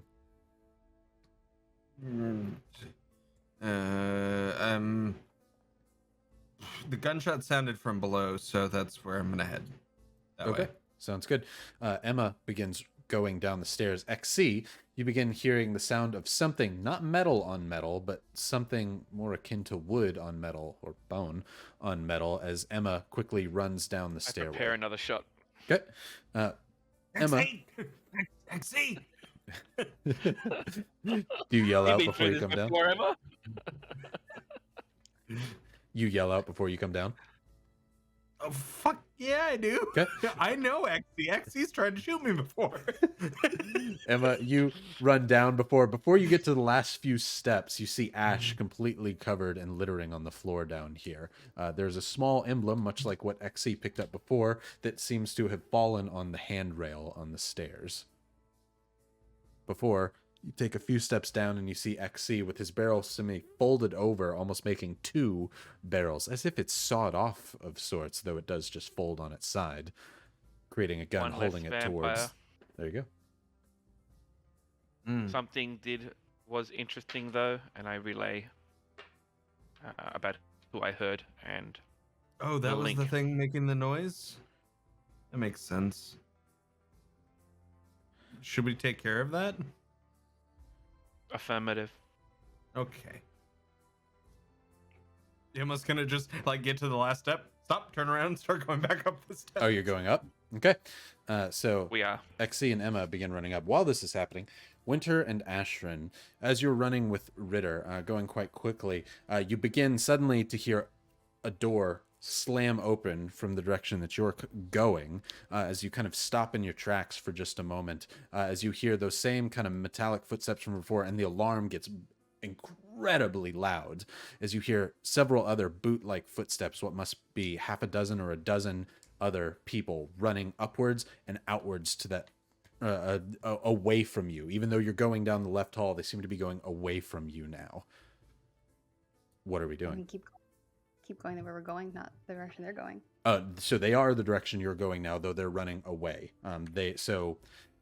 Best way to describe. So if you're at a U, right? If you're like on a circle, you heard all the noise coming from the right, but you've gone a long way around the circle. Now you hear it coming from in front of you. Does that make sense? Oh. I looked at everyone. I mean, Just only way left, right? Just let them go and then follow after, or Yeah, run now and just fight them. hold back a little. Okay, just wait. As you sit there in the stealth and the silence, they run offwards down that hallway. Emma and XC, as you're climbing up the stairs, you're about halfway as you begin to hear half a dozen or so footsteps, as well as the alarm and the metallic footsteps coming from up out the door. If you hurry, you can get up to the top of the stairs and meet whoever is coming and fight them head on. As we're running up, Emma's gonna look to XC. It's about to get a little bright, and Emma takes the ring and scratches it against the shield, and she's gonna cast daylight. Ooh. I like it. So describe for chat and the viewers daylight. So daylight is a 60-foot radius sphere of light that spreads out from a point you choose within range, which is going to be my shield. Okay. The sphere is a bright light that sheds dim light for an additional 60 feet, and blah, blah, blah, blah, blah. Vampires. Vampires. Give me a second. Blah, blah, blah, blah, blah, bad for vampires. Okay, good. P.S. Fuck you, Rybonator. Told you to be ready for undead.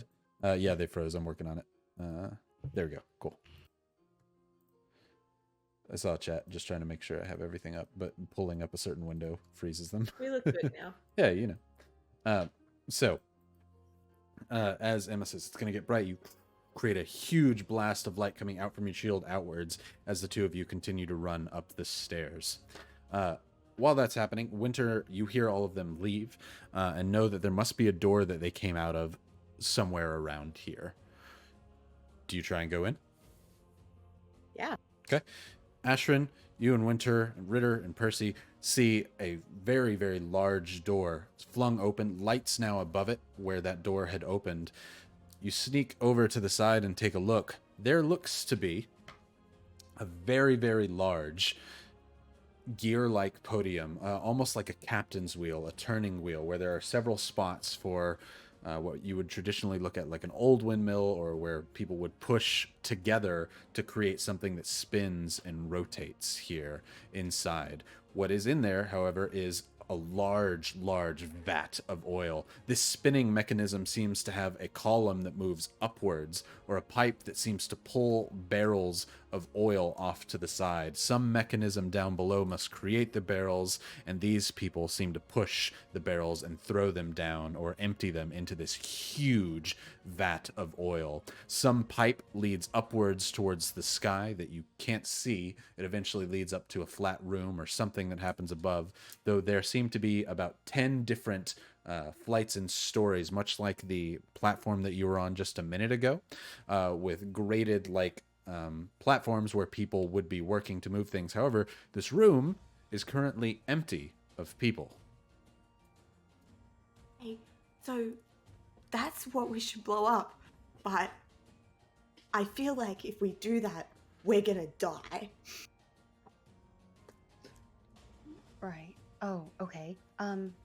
What if? Because if I cast fireball into the oil, that'll be really good because it'll go, but then it'll go, and we'll go, and then we'll be dead.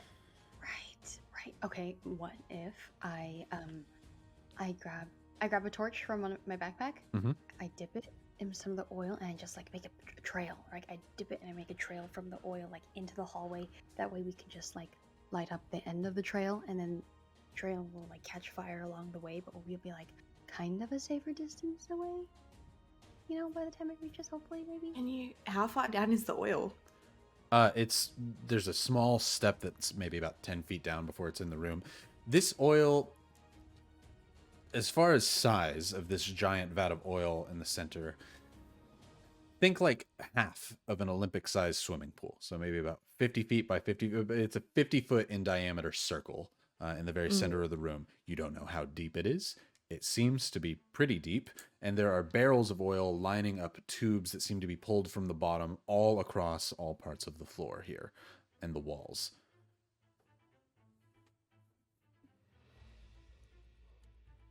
I think I know how we make this not work anymore, but I don't know how we get out. Ashy Booty Flame Baby, over. So as you reach out for Ordell, Emma, you and Exy burst out from the doorway up at the top, holding your shield casted daylight outwards. I'm getting so Mirror Shield from Ocarina of Time vibes from this. Oh, love it. As you hold your shield outwards, you are suddenly met by a dozen vampire spawns and one robot or warforged that you might remember from before. As you pull the shield out. Go ahead. Go ahead. No, you. As I pull up the shield, I would love to do turn undead again. Solid. Go for it.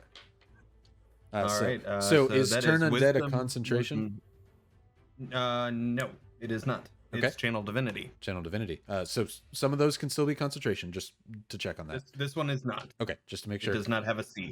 Cool. Just making sure it doesn't cancel out daylight, because daylight is a concentration, correct? No. Oh, it just casts from. Let me check on daylight. Is not. Daylight. Yep. On an Nope, object, isn't it? It's on an object. It is not concentration. That is rad. So right now I have Death Ward up. Perfect. I have Daylight up, and I'm about to do Turn Undead. You're ready to fight. Cool. So I've got to make a dozen wisdom saves real quick. Yep. 15? A dozen 15. and one. Dozen and one, yes. Dozen of one specific save first. Okay, so.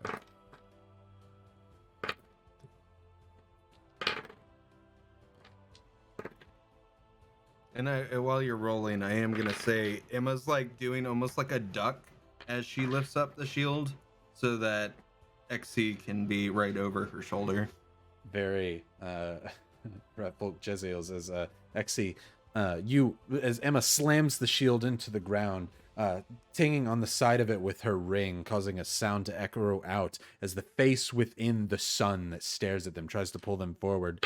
One save. Okay, so as your turn undead, your shield slams down immediately. 6 of them vaporize and turn to ash before you.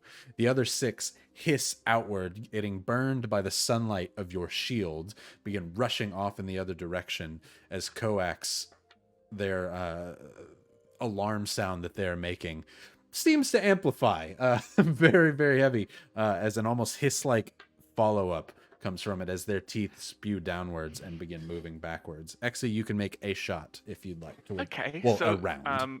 for the thematic, as the shield bangs into place, I bring the barrel back to full length, stick out the 2 bipod pieces, and bring the barrel bang onto the shield and pull it back so the bipod hits against the outside of the shield. Ooh, perfect.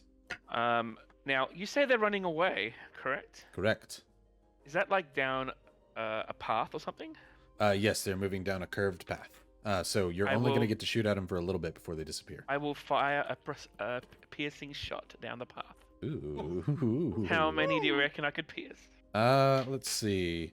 You could probably hit 3 with a roll to see if you also hit coax. So Wonderful. 3, and then roll a percentile to see if you also hit coax. Cool. I'll do that percent in a second. I am using one of my taped bullets. Okay. So it is going to have inflict wounds. It's only which going to work I on know. the first one. Yep, that's fine. I know Okay. it's not going to do maximum damage because they're vampires, but it's still going to do a bit extra. Oh, for sure. And I will fire. Let me do the coax first. You want a percentile, didn't you? Absolutely. Percentile was 70. And here goes my... Okay, yeah, you also hit coax. Cool, here goes my first shot, and then the second shot I only have to roll one roll. So the first shot is 19 plus 5, so it's 23. Definitely hits. And then the second shot is 18. Hits. And that's counted for all of them. Yep, it hits. On Alright, well, I'll do the everybody dam- including coax. Amazing. I'll do the first lot of damage, which is on the first guy, Okay. which includes The some extra damages, because I can. Also, it was more than one round to get here, right? so to get all the way up, yeah, it took you From the stairs. Cool. yeah. While we were running, I, of course, reset up 3 more magic stones, because Okay. why the hell not? Yeah, of course. Alright, first guy is taking...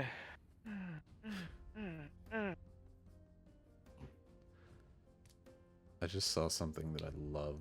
That's gonna happen. 34 damages. 34. Oh, yes, that includes the... so both that is the magic stone, but the necrotic, which is halved, I guess. Okay, and sunlight does 20 damage to all vampire spawn stuff when it happens from daylight. That loses that taped ammunition. And then the 1 damage I'll roll for the other 3. Okay. So you have the necrotic on that first one, correct? Yeah, it's so the necrotic amount for that, I should have given it to you, which would have made sense, was 12. Okay, cool. And then the damage on everyone else is 22 Solid. magic stoned. Okay, give me 2 seconds. As Anyone drop? no, but as Emma pops the shield, the light sprays out XC. They are literally lit up targets for you as you shoot through one's heart as it goes through the backs of 2 others and clings off the metal of coax, causing a huge dent in the side of it. The sunlight seemingly burning flesh and metal alike as they hiss and run in retreat from your assault. With this, Winter, Ashrin, Ritter, you all hear the sudden gunshot followed by the hiss of half a dozen surviving vampiric spawns as you hear them say, "Run from the sun, run away, get back," as they're all running around the hallway, which means they would be headed back towards your location here. But Emma and XC, as they run out from the light, go ahead, XC. I am a fighter. Do I get my second shot? Yeah. Okay, I was thinking that was the second one. Yeah, I'm dumb. Sorry, go ahead. Oh, sorry. This one's gonna completely miss. So that's a 2 plus 8 is 10. Yep, it misses. So no worries. The light does blind you as it reflects off of the metal as it can It shoot that one ricochets, wide. causes a spark. That doesn't happen very often. Me missing. Right. All right. Sorry. Back to No, you're totally good. So everyone yeah, yelling and running away. as the light comes off, they're both afraid with the turn undead and running in fear of their lives from the sunlight here, run out and away from this hallway. Coax might have tried to turn into some beast, but daylight prevents that. So you see half a dozen vampiric spawns run away. Several of them wounded from the shots, all of them wounded from the daylight, as you can hear their footsteps run away around this cylindrical hallway here. With that, Winter, Ashrin, you were just calling Ordell, correct? I was, yes, I was. So Hey, go ahead and say again. Ashy booty to flame baby over. Flame Baby here! How's it going, Ashley Booty? You done? We're by the oil. How did you blow it up without getting hurt? Oh, we made a hole inside the metal. Shot it from the outside after we took the thing down. You took it down first and then blew it up? Yeah, Did I not tell you? No, how'd you take it down? I totally forgot. I'm so sorry. As this yelling is happening, it is a very loud speakerphone-like thing, as we discussed before. The vampiric spawn may be aware of your presence at the end of this hallway as they run now. So, now we're going to enter an initiative time. So, everybody roll me an initiative. What we're going to... actually, let's do it this way. The worst part is you're playing Jakey's character perfectly because we all know he would have done that. Well, I'm like, y'all never once asked for more information. Just what he told you straight up. So Perfect. we're going to do this as a group initiative. We're going to treat Emma and XC as one group, Winter, Asher, and Ritter as another group, just to make things flow a lot more quickly. So we can do things and actions as a group. So whoever has the highest dexterity out of Winter and Asherin, I think it's Asherin, roll for initiative. And then Emma and XC roll. And I definitely think it's XC. Mine's only a +2. Okay. 18. Initiative. Okay. It was pretty good, though. 18. And what was yours, XC? You're muted. 2-0. That's a 20. Okay, so XC and Emma will get to go first. So X. If it matters, which I don't think it does, I got a 21. It doesn't. Y'all are first for sure. So. Fine then. So. La-ti-da. This group of vampiric spawn that all of the damage you would have done to them might have been regenerated if you didn't literally start the combat out by dealing radiant damage to everything. As it is your turn, Winter, Asherin, Ritter, and Percy as a group to do what you want. If you want to continue the conversation on this speaker, you can. You can also do some other actions. Asherin, you can be doing that, and then Winter, you can be doing something else. What are we doing? So, I'm just recalling our conversation. Sorry, they took it down first, and then they put the hole, and then... How'd you take it down? We pulled one of the levers. That. There should be a lever by the door, right? How'd you do it? That's what we did. How did you make the hole? I kept shooting fire into the side until there was a hole. I'm gonna turn around and start shooting fire to the side. You're gonna try and make a hole on the outside of where you're at, from the inside out. Okay. So, Winter, how are you gonna shoot fire? What spell? Oh my god, I don't have that many. I don't have that many. Can I frighten the wall into having a hole? You'd have to be very good. Into the wall. I think you may only have one third level left, right, for fireball? I have one third level and one fourth level for fireball. Good. What'd you do? I can't. I can't! I yelled. Rinder's like, then what are we supposed to do? As he runs to the hall, as he turns his head back, they're coming. As he holds his arrow outwards. And there's only one exit out of here, right? Yep, that door that you came in. Are there any barrels that are around us? Or are Oh, they all yeah. hanging? Oh, yeah. There's a bunch in the air, but there are some onto the ground that seem to be like empty barrels with oil kind of coating the inside. Also, how are we gonna get down? Right. One thing, Okay, flame no. baby out! This is just Jackie saying, but like that's what chat was saying this whole time. They were like, "How are they gonna get out? They used up all those spells." But anyways, can I get a barrel that's maybe like half full or quarter full? I don't know. I just want to spill oil down the hallway that they're coming at us with. So they'll you be can run walking down out. to one of the open empty barrels. It's like got a film on it on the inside, but you could go dunk it into the large oil vat. Okay, I'll do that. So what my plan of attack is, I'll get a barrel, dunk it, and then bring it to the hallway, and then spill it down the hallway for them to walk across. Okay, sounds good. That's my plan. So for this action, then you talk to him. Winter, you're trying to figure out what to shoot. Ritter is asked what to do. You run to grab a barrel. So that'll be the end of yours. So since Xe and them went first, we're going for an initiative order based on what happened last time. So now it goes to them. Now it's going to go to the vampires. Then it's going to go back to Xe and Emma. So Emma and Xe, you hear several footsteps run off and away. They seem to be trying to go as far away from your bright light as they can. Ashrin, Winter, Ritter. As Ashrin runs down the stairs and has just grabbed a barrel, Winter and Ritter are up at the top as you suddenly see 6 vampiric spawns with burn marks across their bodies, several with holes in the side of them, and a familiar friend, Coax, who has run in, that now stand at the front entrance of the door. Coax seems to be conjuring some spell as he grasps his breastplate before looking towards you. I need Ashrin to roll a religion check. Actually, Winter, you could roll an Arcana check on this. 12. Oh, no, wait, that's cocked. Wait, real. 12. 12. And Winter? 27. 27. This seems to be of the same magical origin of the thing that Emma cast before trying to yeet herself into the meat grinder.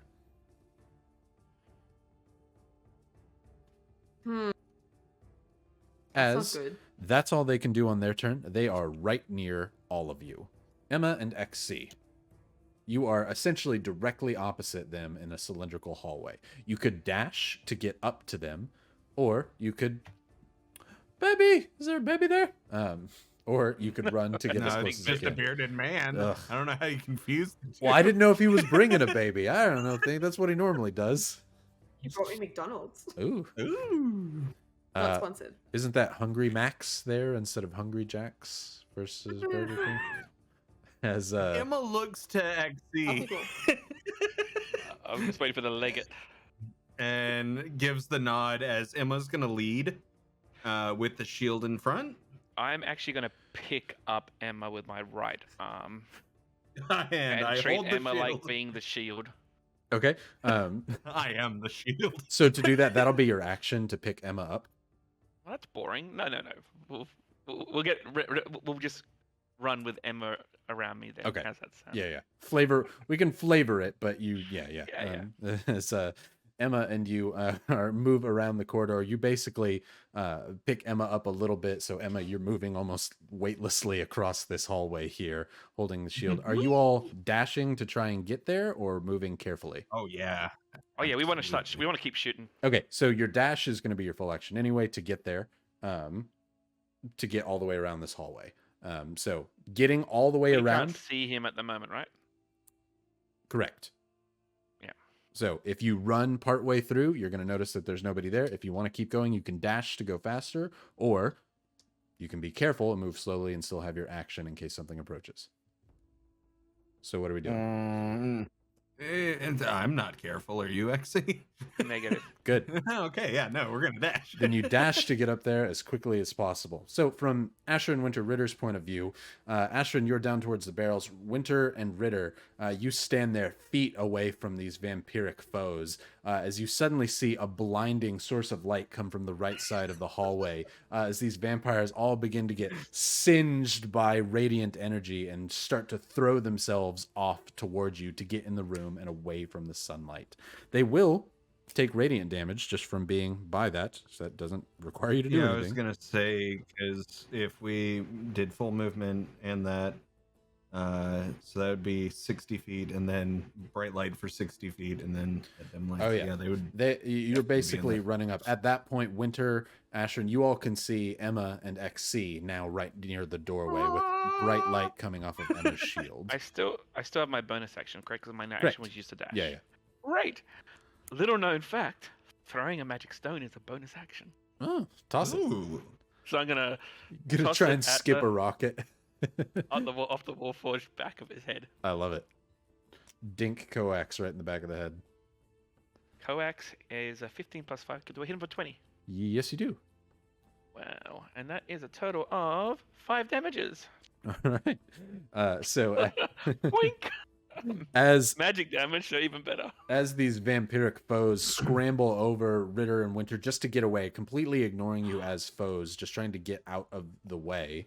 This is flavor-wise. This is kind of all happening almost like this isn't so much combat as this is a encounter that's happening, where you can do combat things.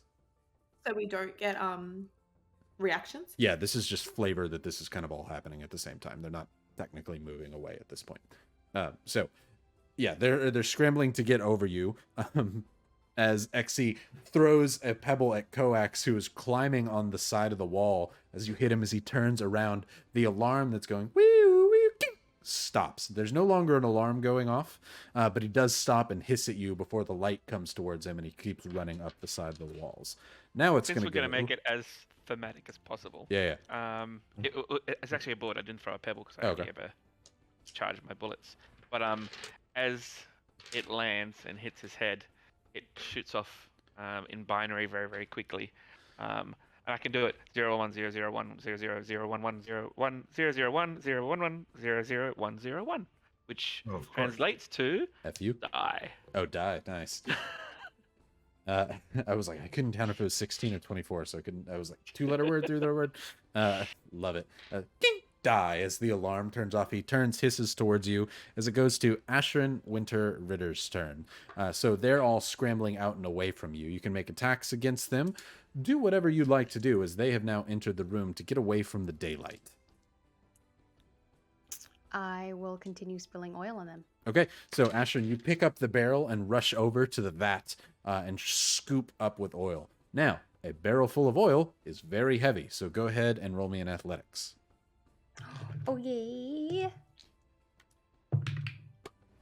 Cool. 16. 16, not a problem. You dip under. You don't fill up it all the way. If you did that, you wouldn't have the ability to move it quite as easily. So you fill it up halfway with oil. You essentially have a large bucket full of oil, or 2 buckets worth of oil in this wooden casket here. You're standing at the edge. You probably have a little bit of movement or an action that you can do. You can try and maybe throw it on one of them, or you can try and rush up the stairs to make like a pathway out. Just throwing ideas for what you had said before. What are you wanting to do with this bucket of oil? And I kind of... Are they still in the hallway? They're running. They're like in this room, like climbing on the walls, trying to get away from the daylight. Vampire spawns. They can do that. Spider climb. Right. So I'll probably just try to get one of them with the oil then. Okay. So yeah, one of them running by. I'm gonna roll for which one it is. Okay. Ooh, good. Sorry, can I change my mind? Yeah. Can I just start to make a trail from the vat to out of the room? Yeah, absolutely. You start instead just pouring it downwards, leaving a small thin trail as you slowly back your way up the stairs. Ritter and Winter and Percy can react to everything going on as well. What are you doing? Come with me! I'm saying come with me. I'm following Ashrin. Okay. Right. Winter holding hands up, ready to cast a spell at a moment's notice, following Ashrin, making the trail. Ritter is going to kind of back up as he fires several arrows off towards them. Let's see. Those are just shit rolls. Only one hit. I rolled a 3 and a 4, but he's an archer, so he still has crazy bonus to hit. So he still hits Coax as he shoots one arrow. When it flies into Coax, you can see it slam into the side of his metal. When it does so, you see a blue spectral image of a gnome clinging to the side of the walls. A young male gnome with long hair that seems to go almost down below his waist, clinging to the side. You're not sure what happened, but there seems to have been something inside of this Warforged. As Ritter follows Ashrin out the back of the hallway. What's Percy doing during this time, Winter? Can Percy take some swings as we walk past? Yeah, for sure. Yeah. So I'll let you Just roll one, the I'm hit. guessing? Yeah. That is The modem 16. screech. 16 hits, actually. Yay. 4. 4. As Percy's running by, you kind of pick Percy up like, come on, we've got to go. And as she does so, she grabs at one of the vampires and bites it right at the heel. When doing so, pulling out sinew and blood and all sorts of black goop from its ankle. Percy just like a young dog at this thing's heel as you pull Percy down the hallway. Yeah, I think that's all you guys have. So then it goes to the vampires' turn, who all spend their turns trying to climb up and away from all of you. They dash spider climbing along the wall just to get as far away as possible. With their speed, unless you all are going to climb the sides of the wall, they're actually going to be out of the 60 feet of daylight, but they can't really come down and come to you because you could shine the daylight at them at any moment. So it goes to Emma and XC, who are standing at the doorway. You see Asherin, Winter, and Ritter running out, pouring a barrel of oil behind them as they go to move out the way you all came. There's the Warforged. The Warforged is up on the wall. You can definitely take shots at it. I point to Emma. I nudge Emma. Look, point up. And we would see the gnome, right? Yeah, you definitely see the spectral gnome on the wall. Cool. Then third level guiding bolt before XC shoots off. We'll do it together thematically. Oh yeah, infuse thematically. the guiding bolt onto the You're gonna bullet. want to go right after me, though. You know, Yeah, for that right. advantage. Yeah, for sure. Flavor-wise, same time. Okay. So with that, I rolled a 19. I'm just trying to see what the plus is. It's a +7. Hits. And all right. See, you're at advantage Time for to your roll first shot then. Oh, okay. 6, 5, 4, 3, and a 4. So 8, 9, 10, 11, 17, 20, 23 radiant damage to the gnome. As Emma pulls out a lightning rod of pure radiant energy and throws it, skewering the gnome to the side of the wall. Its hands and legs have let go of the wall, yet it remains through the radiant energy. As XC, you see your mark to make the shot. Go ahead and fire your 2 shots. I fire my 2 shots for a total of 42 damage. I have to check something here. Okay. Okay.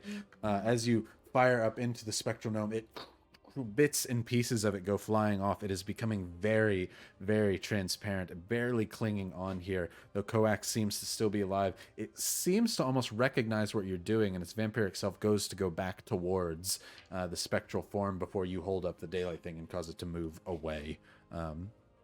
As those were your actions, are you going to stay there and keep trying to fight them off? Yeah, well, I'm definitely gonna keep the daylight up, but as a bonus action, because why not? I'm a healing word myself because I could use some HP. Good. Are you either of you using your movement to leave, or are you staying there and fish in a barreling them? I would assume fish in a barrel. Yeah, I'm staying. I'm gonna take it at Warforged. Sounds good. It's an biggest abomination threat. to what we really are. Perfect. Well, with that, And also for Emma, that's the biggest threat. Asherin, Because the others will Winter, just stay away. Ritter, you're following Asherin as you pull this barrel of oil as Winter's holding Percy running down the hallway. You see the door open from where you came, the stairway down. Are you all heading down and out towards the door? Yes. Okay.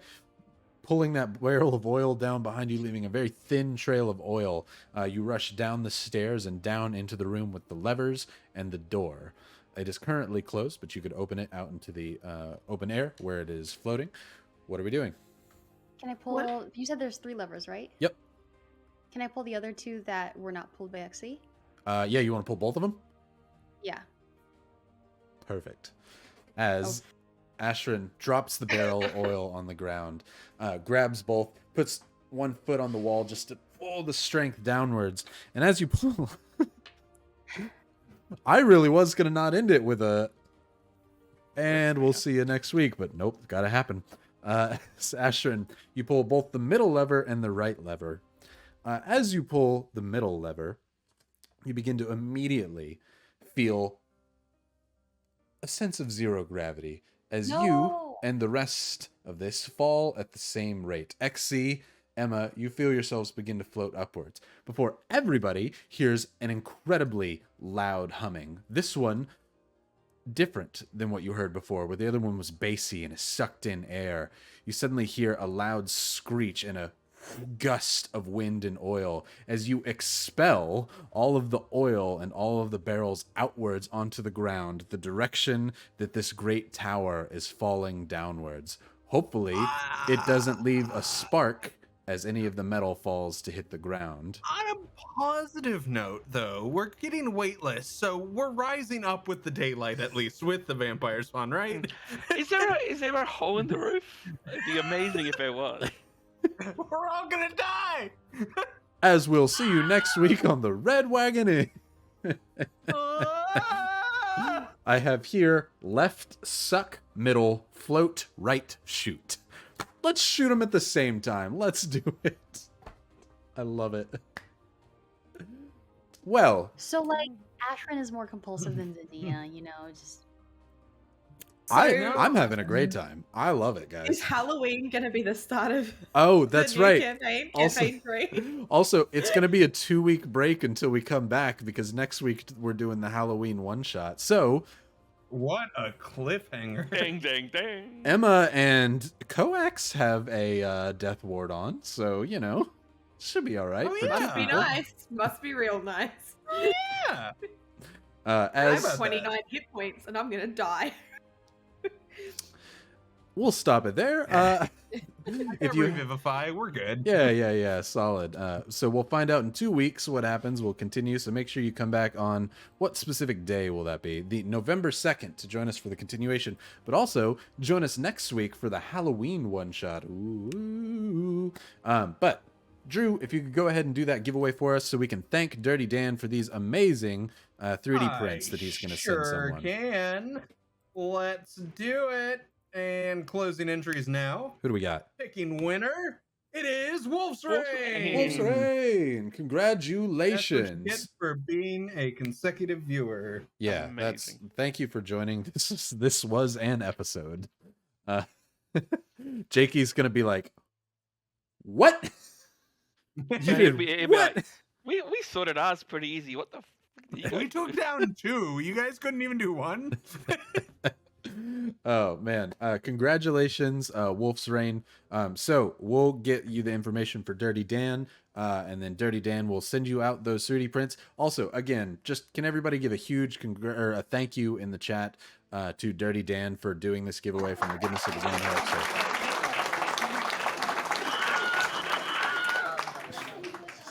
Thank you, Dirty Wilhelm Dan. Thank you, Dirty Dan, for this. It's awesome. We love that you did this. We will see you next week for Halloween, and we'll continue with the Red Wagon Inn in 2 weeks. So thank you, everybody, for watching. Bye. Bye.